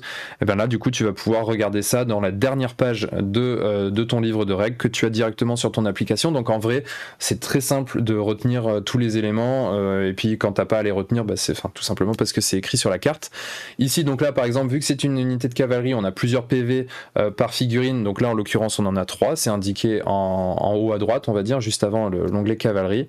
Puis ensuite, on a des spécificités à l'unité. Par exemple, ici, la lance. Lors d'une charge, cette attaque lance plus 3D et frappe et gagne frappe critique. Et là, justement, on a la définition du mot-clé entre parenthèses. Les résultats de 6 infligent 2 touches. Donc en fait, à chaque fois, il y a vraiment cette description. C'est hyper bien foutu. Franchement, c'est hyper accessible comme jeu. La dernière chose qu'on a sur la carte d'unité, c'est ce qu'on voit. Donc là, on le voit des deux côtés. On le voit en bas à gauche ou en bas à droite au verso. Le verso qui est la partie qui est derrière la carte. Là, on a le type d'unité. Donc là, en l'occurrence, de la cavalerie. Et on a aussi une petite partie de fluff sur la droite du verso de la carte. Et le petit point qui est très très important aussi, le petit 8 qu'on voit ici, c'est le coût de l'unité. Et ça aussi, c'est important d'avoir l'application parce que ces coûts-là ont pu varier en fonction des armées. Donc c'est important de bien l'avoir à jour. Et donc du coup, la dernière image que j'avais mise, c'était simplement voilà, le matos dont on a besoin pour son armée. C'est assez restreint, c'est nos unités, nos figurines, nos cartes d'unités qui sont fournies systématiquement avec les unités quand on les achète. Bien évidemment, là, avec la distribution, tout ça, c'est pas forcément la dernière en date, mais donc du coup, on a la mise à jour sur l'application ou via des packs d'upgrade. Et on a aussi donc nos cartes pour notre deck tactique. Et voilà, c'est à peu près tout. Ensuite, on va juste avoir besoin de dés. La réglette, une petite réglette qui est fournie dans tous les starters, je crois, quelque chose comme ça. Donc bref, on n'a pas besoin d'énormément de choses, c'est quand même vraiment très très accessible comme jeu. Voilà. Est-ce que vous avez des questions ou est-ce qu'on passe tout de suite à la suite? Non, c'est cool, franchement, plus on le découvre, plus ça donne envie de jouer. Ouais, moi je suis bien chaud patate. Mais tu vois, là tu as montré en fait le cavalier, c'est normal qu'il avait que 2 cases, le 6 et le 4, et pas un truc rouge derrière, parce qu'en fait les cavaliers ils sont que 4, ils sont sur 2 lignes. C'est exactement ça. Et par exemple, les monstres, eux, ils n'auront les monstres n'auront qu'une seule valeur, puisqu'ils n'ont qu'un rang. Ouais, Scarlix a une question. Il a une question, mais en fait, il se demande s'il a une question. Oui, j'ai une question. Est-ce que j'ai une question? En tout cas, ça me rappelle vachement Warhammer Battle dans le fonctionnement, et du coup, ça me donne grave envie. Et puis, je suis d'accord avec le chat que c'est quand même une top synthèse. Bravo. Cool, merci. Ravi que ça vous plaise. Peux-tu réexpliquer? Du coup, alors, Scarlix, oui, je peux réexpliquer. Ce que tu vas faire, c'est que tu vas attendre demain, tu iras sur YouTube et tu mettras replay. Et tout ça que tu veux. Allez, Scarlix, tu pourrais c'est reparti. Tu peux te demander à ton voisin au début, si tu veux, comme ça, qu'il te réexplique. C'est ça. Voilà. Allez, c'est bon, j'ai lancé, tu peux y aller, Guillaume. Merci, Clément. Dans les restrictions, il n'y en a pas beaucoup. Il y a notre personnage nommé. Slide suivante. Voilà. Donc du coup, on va passer à la suite. Moi, je vous donne rendez-vous dans une prochaine émission, bien évidemment, pour une prochaine chronique sur Jouons au jeu des trônes, avec, je l'espère, bientôt sur entre jeux studio des rapports de bataille. On aimerait bien, mais voilà, on va voir ce qu'on peut faire. Du coup, on passe à la dernière chronique de ce soir avec PC qui va nous parler de Adeptus Mechanicus et notamment de création d'armées. Partie 1. Partie 1, les gars. Partie 1. Notons que c'est partie 1. Ça veut peut-être une partie 2. C'est un indice. C'est un indice, effectivement. Non, alors clairement, je pense qu'il y aura énormément de parties parce que quand j'ai commencé à créer cette armée, finalement, je me suis dit, pour l'expliquer au plus simple, du simple, il va falloir que je m'y reprenne à plusieurs fois. Donc voilà, je vais commencer par déjà, dans un premier temps, qu'est-ce que c'est que Adeptus Mechanicus au final? Parce que c'est vrai qu'on a le codex, on se dit ouais, mais super, mais c'est quoi? L'Adeptus Mechanicus, tout simplement, c'est Mars. Vous voyez la planète rouge de Mars, et c'est tout ce qui va être robotique autour, donc tout ce qui va concerner la technologie. Voilà. Donc ça c'était juste pour l'intro, la mini intro du fluff. Tout condensé. Pour le reste, allez voir, comme je vous dis tout à l'heure, Omni Bibliotheca, ça vous fera la grande messe. Parce que si je vous fais tout le fluff de Mars, je pense qu'on y est encore jusqu'à demain. Voilà, donc c'était la toute petite intro. Donc moi, la première fois que j'ai rencontré l'Adeptus Mechanicus, tout simplement, c'était à la version V7, où à l'époque encore c'était Skitarii. Donc j'ai joué à cette époque au Skitarii, l'espace d'un tournoi, donc voilà. Oui, j'avoue, je me suis pas trop intéressé à cette armée, c'était juste pour la jouer pour un tournoi. Tournoi d'ailleurs où je suis arrivé à mi-classement, donc c'était quand même très honorable. Et après, je m'en suis séparé, et aujourd'hui, je me suis dit, tiens, avec le retour des Eldar, des Tyrannides, je vais faire du Mechanicus. Voilà, donc, comme ça au moins je donnais tort aussi à Guillaume qui a dit que j'allais acheter de l'Eldar. Merci. Voilà, c'est pour ça. Moi On en reparle. C'est pour le follow. Merci Sapitao. Bref, donc aujourd'hui, voilà. Est-ce que tu pourrais passer à la slide suivante, cher? Merci. Donc, quand on arrive sur un codex de Warhammer 40 000 version 9, la première chose, le gros conseil que je vais vous donner, c'est en premier de lire le fluff. C'est faux. Dire, ouais, mais t'es chiant, t'es chiant avec ton fluff. Tu commences par les points. Tu commences par les points là-bas. Tu commences par la thune que ça coûte, mon gars. Alors, pour avoir une armée de 2000 points, en moyenne, il me faut 10 boîtes à 40 €. Ça fait 400 €. Est-ce que cette armée peut être jouable? Oui, moins cher. Ou sinon, sinon, avant ça, vous appelez directement le banquier, puis vous savez tout de suite si oui ou non vous pouvez commencer. Voilà, c'est le plus simple. Non, j'ai envie de dire. Attendez, mais le banquier, en vrai, il s'en bat avec. Ah oui, si t'es à découvert, ça fait des frais, c'est plutôt cool ça. Il s'en balèque aussi. Bon, alors, du coup, on va essayer de revenir sur l'instant de sur notre petit sommaire. Donc voilà, moi je vous conseille de commencer par le fluff. Pourquoi? Parce que avant de jouer une armée, il faut savoir déjà qu'est-ce qui la compose, pourquoi elle existe, quelles sont les figurines, le nom des figurines, le nom des personnages les plus importants. Et moi je vais vous citer 3 choses du coup qui m'ont marqué dans la lecture de ce fluff. Et dans un premier temps, ça sera slide suivante. Oh, c'est slide suivante, désolé. que c'est bien huilé, non, loupé. Effectivement, c'est notre chère planète Mars. En fait, la description qu'ils en font, moi je la trouve assez folle. Honnêtement, tu vois, je me projette dedans et je me dis carrément, mais attends, mais c'est juste ouf, quoi. Mais franchement, c'est un peu... c'est un peu le rêve aujourd'hui humain, tu vois. Aujourd'hui, tu as, notre cher ami Elon Musk qui nous parle d'aller sur Mars. Et là, clairement, on l'a, cette Mars-là, au 40e millénaire, avec un anneau tout autour pour y poser les flottes qui vont partir faire la guerre dans l'Imperium, les mondes forges. Voilà. Moi, tout ça, ça m'a vraiment transporté. Ça m'a tellement transporté, d'ailleurs, que j'ai acheté un roman pour encore plus m'investir dans le fluff. Slide suivante, s'il vous plaît. Donc voilà, donc quand je vous parlais de ces petits bonhommes-là, donc effectivement, nous avons ce qu'on appelle un Skitari. Donc là, c'est un maréchal Skitari. Slide suivante. C'est bien, ça doit pas être la galère à peindre ça, tu vois. Pour les conseils peinture, on verra après. Hein, voilà, c'est sur une autre chronique, ça par contre. Je ferai appel à un ami d'ailleurs. Donc, la deuxième chose que j'ai ultra kiffé, c'est le fluff d'un monde forge qui s'appelle Metallica. Donc je vais pas vous chanter du Metallica, Enter Sandman et tout ça, non, c'est pas la peine. Moi j'ai kiffé juste ce fluff, aussi leur couleur, donc le couleur blanc de Metallica.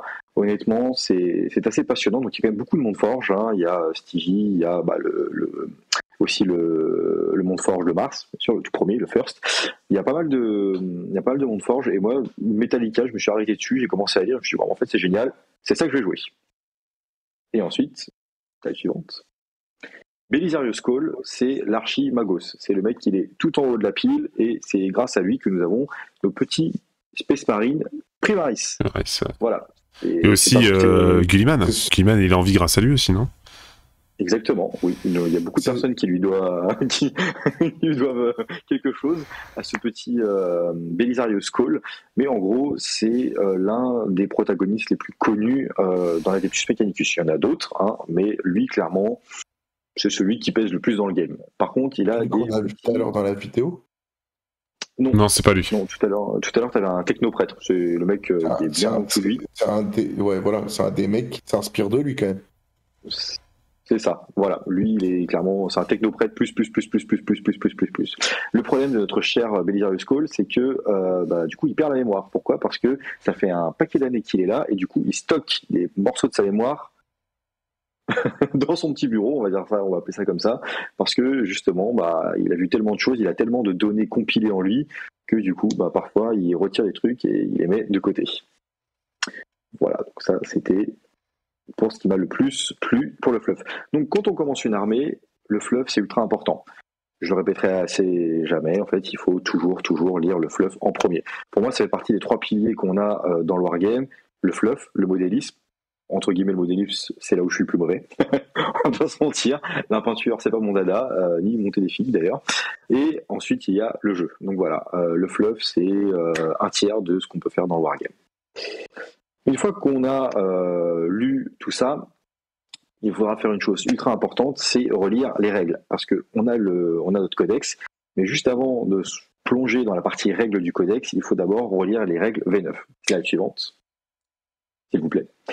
Merci très cher. Donc les règles de Warhammer 40 000 sont disponibles gratuitement. Vous tapez règles Warhammer 40 000 V9 et vous les avez en PDF. Il me semble d'ailleurs que j'ai mis le lien à la régie, si elle peut le rajouter dans le chat. Donc c'est téléchargeable gratuitement, vous pouvez les lire, donc vous allez revoir tout ce qui est les phases, donc la phase de commandement, la phase de mouvement, la phase psychique, de tir, de charge, de combat et la résolution des combats. Bref, vous pouvez relire tout ça. Pour moi, ça coule de source avant de se projeter dans les règles. Est-ce que vous pouvez passer à la page suivante? Désolé, je vais y arriver. Je bug un peu. Alors, les premières règles qu'on va tomber, c'est les aptitudes de détachement. C'est en gros, notre armée, qu'est-ce qu'elles vont avoir comme règles. Donc, je ne vais pas m'attarder là-dessus, parce que sinon, pareil, on va être encore très loin, mais c'est absolument à lire. Tout ce que je vais vous dire ce soir, en gros, c'est ce qu'il faut lire. Il n'y aura pas que sur la Adeptus Mechanicus, mais c'est en général sur tous les codex. Ça s'appelle aptitude de détachement. J'ai remarqué que plus ça va, moins j'arrive à parler. Ça promet pour la suite. Ensuite, slide suivante. Le monde forge. Donc, comme je vous ai dit tout à l'heure, on a plusieurs mondes forge. On va avoir plusieurs règles de monde forge, donc notamment le mien, slide suivante, j'ai pris celui de Metallica. Et on va avoir plusieurs règles dessus qui vont concerner notre armée entière. Slide suivante. Ensuite, on va avoir les stratagèmes. Donc, encore une fois, les stratagèmes, c'est ce qui va nous permettre de booster nos unités dans la game.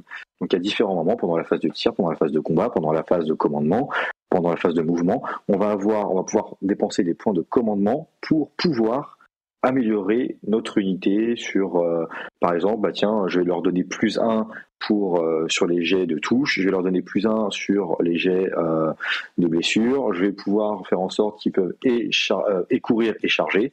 Bref, les stratagèmes sont ultra importants. Pourquoi ? Parce que ça va nous permettre aussi, quelque part, de commencer à nous projeter sur qu'est-ce qu'on va faire de nos unités pendant les combats. Est-ce que tu pourrais passer à la slide suivante, très cher ? Les ordres saints. Donc les ordres saints, c'est ce qui va concerner. Ah, tu as été envahi par un C'est ça. génie stealer. C'est un parasite. C'est un parasite. Vous allez avoir les ordres saints. Les ordres saints, c'est ce qui concerne nos technoprêtres. Donc, comme vous avez vu tout à l'heure, notre Archimagos Belisarius Cole, c'est ce qui va les concerner eux et ce qui va permettre de les booster et de booster l'armée sur le terrain. Donc ça, par contre, les ordres saints, c'est typiquement pour le culte Mechanicus. Adeptus Mechanicus, pardon. Est-ce que tu peux passer à la slide suivante, très cher ? Alors, les règles du chapter approve. Donc là, je mets juste entre parenthèses. Les règles du chapter approve, vous pouvez soit les lire dans l'ordre du codex, soit attendre un petit peu plus loin. Pourquoi ? Parce que les règles du chapter approve, ça va concerner les objectifs secondaires. Vous avez les objectifs primaires, prendre l'objectif 1, l'objectif 2, 3, 4, 5, 6, et ensuite vous allez avoir les objectifs secondaires. Donc vous avez les objectifs que vous avez dans le chapter approve classique que tout le monde peut prendre, et vous avez aussi les objectifs spécialement pour vous. Tout le monde y a accès, chaque codex plutôt y a accès à ses propres objectifs, les Dark Angel pour Dark Angel, Ultramarine pour Ultramarine, bref. Pourquoi je vous conseillerais peut-être d'attendre ? C'est parce que vous n'avez pas encore fini de lire toutes les règles d'armée. Vous allez aussi avoir les règles d'unité, vous allez ensuite devoir mixer tout ça dans votre tête, et ensuite, moi je vous conseillerais d'aller lire ce que vous allez pouvoir prendre comme objectif, parce que du coup, une fois que vous allez avoir une vision d'ensemble de votre armée, peut-être se dire, ok, bon, j'ai ça dans mon armée, je vais peut-être essayer de viser tel objectif, ou dans le sens inverse, je veux viser tel objectif, je vais prendre telle unité, avec tel stratagème, et ainsi de suite. La suivante. Donc, alors j'ai j'ai l'ordinateur qui vient de s'éteindre, super. Ah merde. Oups. De mémoire, on avait les impératifs doctrinaires. Yes. M'abuse. Les impératifs doctrinaires, donc vous allez avoir un côté bonus et un côté malus. Donc le côté bonus, c'est ce qui va permettre de booster encore une fois notre armée. Par contre, le côté malus, c'est-à-dire que si je donne +1 à la touche, par exemple, je vais avoir -1 pour blesser. Donc voilà, c'est tout un tas de petites choses à prendre en compte. Pourquoi ? Parce que quand on va décider de les choisir une fois par tour, donc c'est-à-dire que quand on les choisit, on ne pourra pas les choisir au tour d'après. Il va falloir les prendre en compte et se dire, tiens, là, si je peux m'ajouter de la puissance au feu, comme mon ennemi est encore loin, et du coup, je vais pas me rajouter de la puissance au cac. C'est complètement débile. Mm-hmm. Ensuite, vous allez avoir aussi les cantiques de l'Omnimécie. Donc là, encore une fois, ça sera pour booster votre armée. Vous avez tout un tas de choses qui boostent votre armée et ça va vous permettre de vous dire, ok, je choisis telle unité, elle est mauvaise à cet endroit-là, je vais pouvoir la booster avec tel stratagème, tel cantique, tel impératif doctrinaire à tel moment. Tac, tac, tac, ça fait le chemin en cours. Ok, donc cette unité-là, je vais pouvoir la mettre là, à tel endroit, à tel moment. Slide suivante. Il n'y a pas de slide suivante. Ah, j'ai arrêté à là ?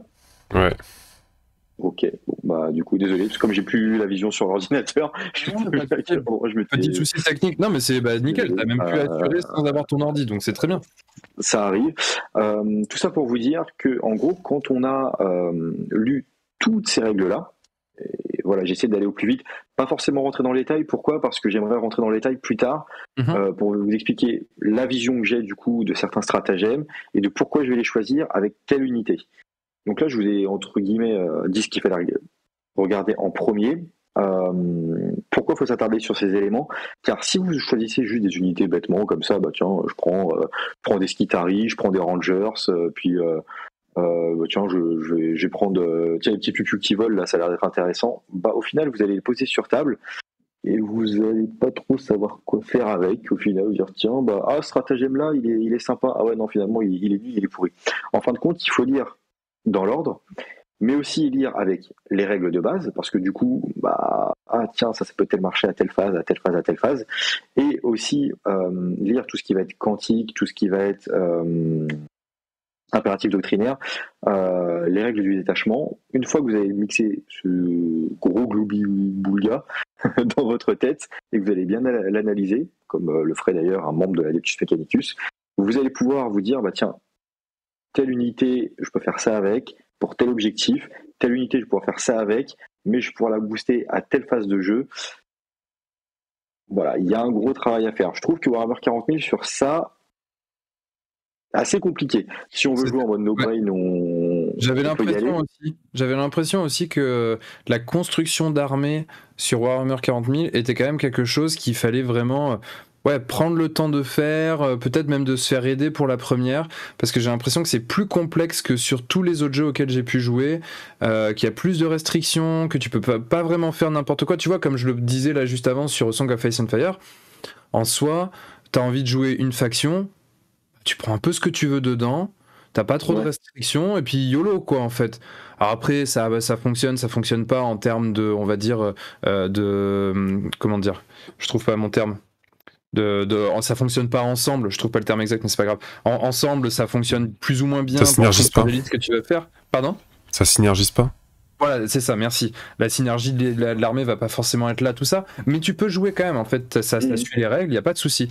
Warhammer 40 000, j'ai l'impression que c'est un petit peu moins le cas, quoi. C'est plus complexe parce que là, tu vois, dans tout ce que j'ai dit, il y a un tas de pages de règles. Tiens, il y a ça, il y a ça, il y a ça, il y a ça à prendre en compte. Mais au final, si tu veux, par exemple, présenter une petite liste à 1000 points, c'est un format assez petit, t'as tout un tas de choses à prendre en compte. Et là, tu dis, ah ouais, mais en fait, c'est pas simple parce que mon QG, par exemple, qui va être un maréchal Skitari, la figurine que j'ai montrée tout à l'heure, clairement, qu'est-ce qu'elle peut offrir comme quantique, qu'est-ce qu'elle peut donner comme boost à quelle unité, mais cette unité-là, est-ce qu'elle va servir, quel stratagème je vais lui mettre pour qu'elle soit forte en phase de tir, en phase de cac? Franchement, c'est pas si simple que ça, et c'est vrai que pour des débutants, quand ils ouvrent un codex pour la première fois, ils lisent toutes ces règles, et puis à la fin, ils sont en mode, je sais pas ce que je dois prendre, je prends ça au hasard, ça au hasard, ça au hasard. Ouais. Donc là, je vous ai juste présenté, moi, ma première lecture. Dans qu'est-ce que j'ai lu en premier, qu'est-ce que j'ai fait en premier.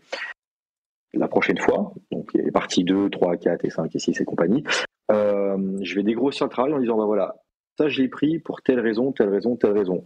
Je vais expliquer le schéma de pensée que j'ai eu et pourquoi j'en suis arrivé là. Ok. Pour reprendre l'idée de Guillaume qu'il a dit, complètement d'accord avec lui, je trouve que Warhammer 40 000, c'est le jeu le plus difficile à démarrer. Tellement qu'il est grand et qu'il y a de trucs, en fait. Je pense à un jeu, t'es obligé d'avoir un pote qui a déjà joué à 40K si tu veux vraiment pousser à aller loin. Quoi. Ah bah, tu vois, là, ton pote Marco, et le pote de tous ceux qui nous regardent, c'est Aventurier des PC. Et la PC, ça va être votre copain, les gens. Il va vous expliquer comment faut commencer. PC, il va me dire, Marco, t'as la boîte des bouts d'Angel, le starting collecting. Il faut que t'investisses encore 200 balles pour pouvoir jouer. Non. Et toi, en tant que bon Marco, tu vas dire, ok, tiens, je te file 450. Qu'est-ce que tu veux avec? Non, je vais appeler mon copain. Il sait qui c'est, mon copain. Non, mais c'est cool, en tout cas, c'est cool PC comme approche. Ça permet de dégrossir, on va dire, de comprendre aussi, comme tu le dis, hein, en tout cas, de ton point de vue, ce qui est l'approche logique pour arriver à se construire cette armée. Et comme on l'a dit dans le chat, hein, là, c'est qui? C'est que je dise pas n'importe quoi. C'est Max Irev qui nous dit bonne présentation et conseils pour éviter les achats inutiles de Startco reste quand même top. Vieille Blade qui dit non, si Vieille Blade qui dit aussi belle présentation. Enfin bref, en gros, ça plaît, c'est cool.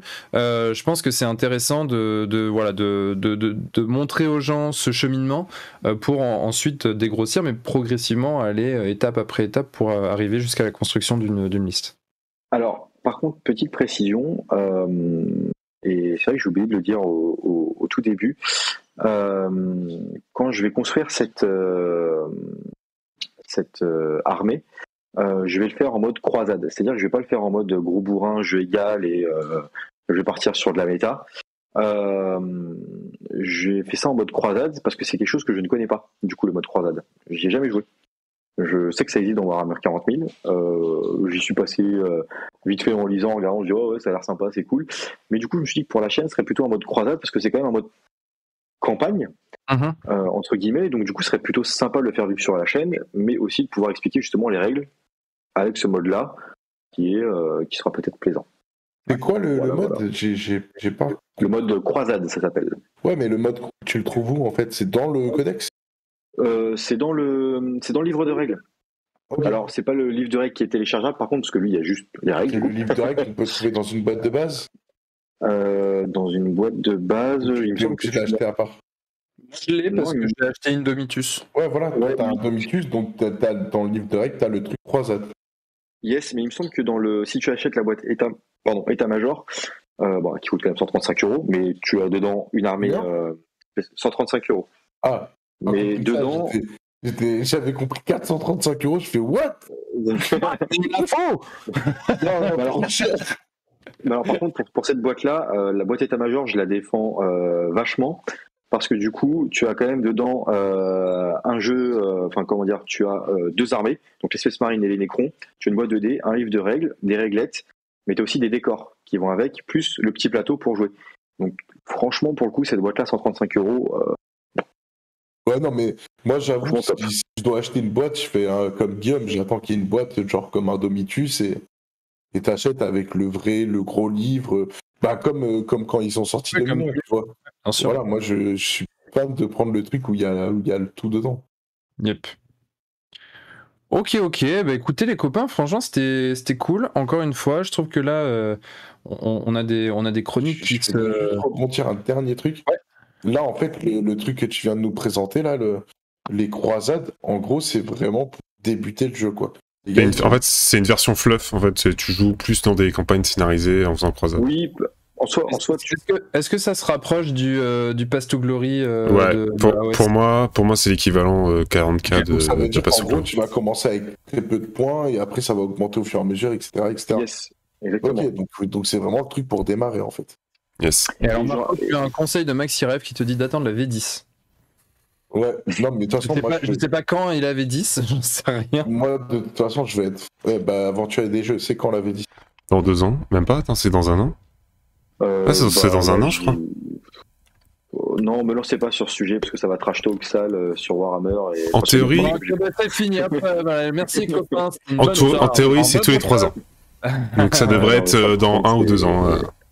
Moi, ça c'est ce qui me rend. Non, mais Warhammer 40 000, on verra. Hein. Mais j'ai trop de projets en cours pour me faire un projet supplémentaire.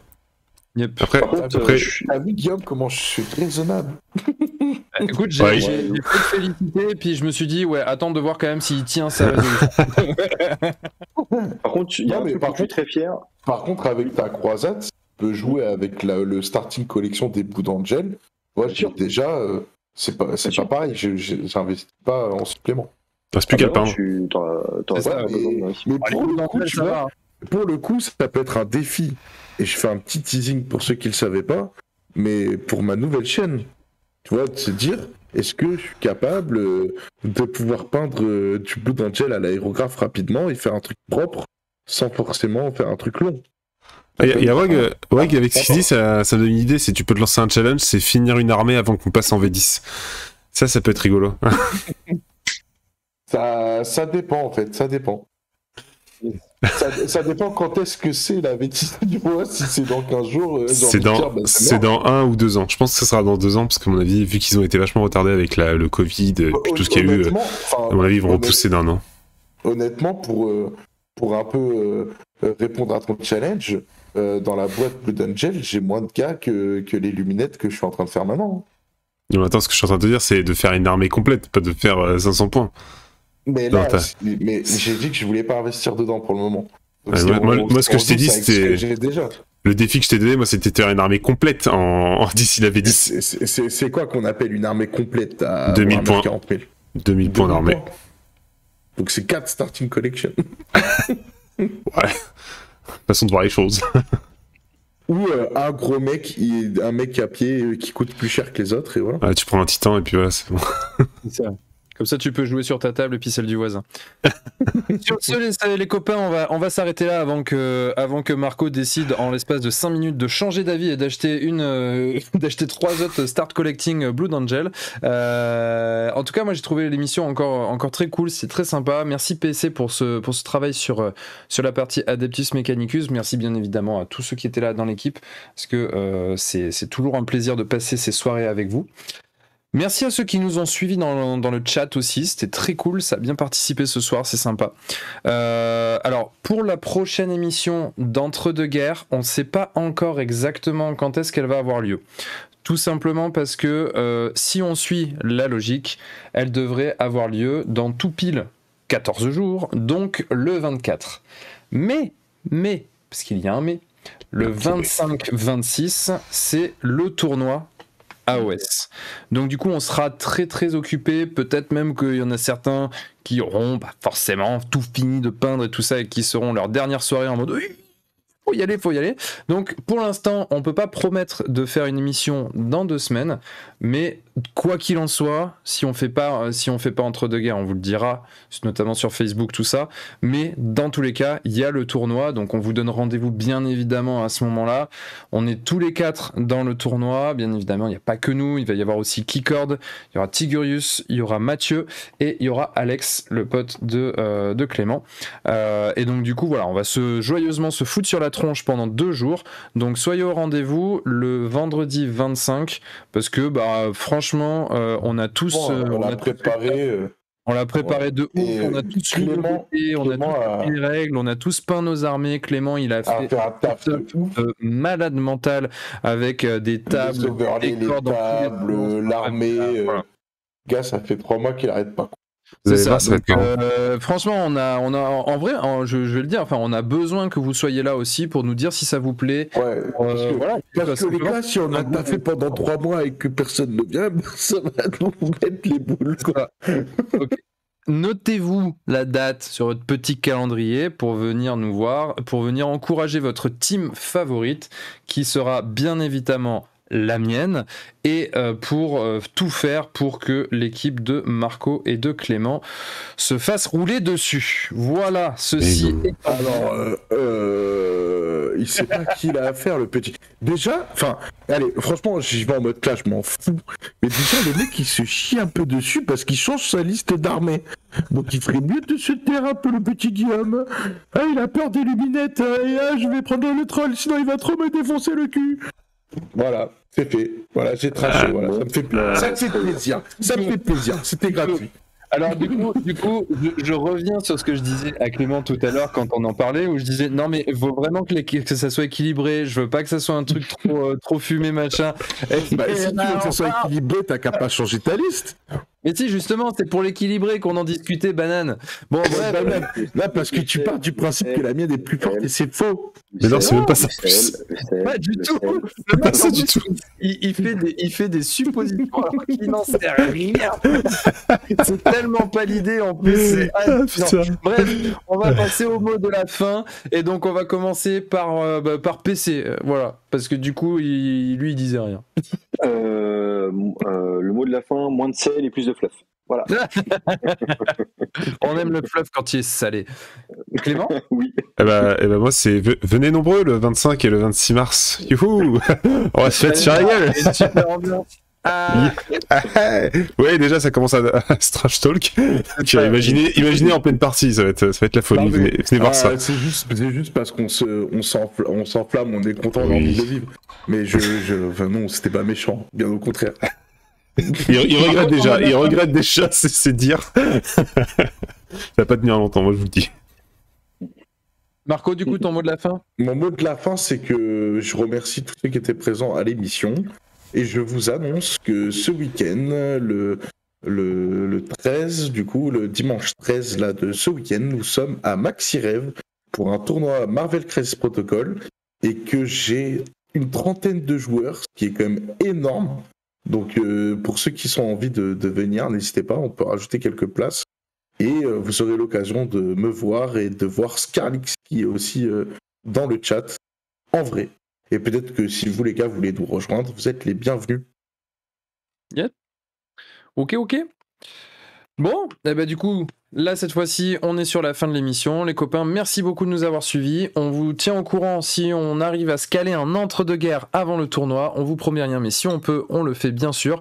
Et si c'est pas le cas, on vous donne rendez-vous pour ce joyeux tournoi dans 2 semaines. On vous dit ciao ciao. À plus. Au revoir. Au revoir.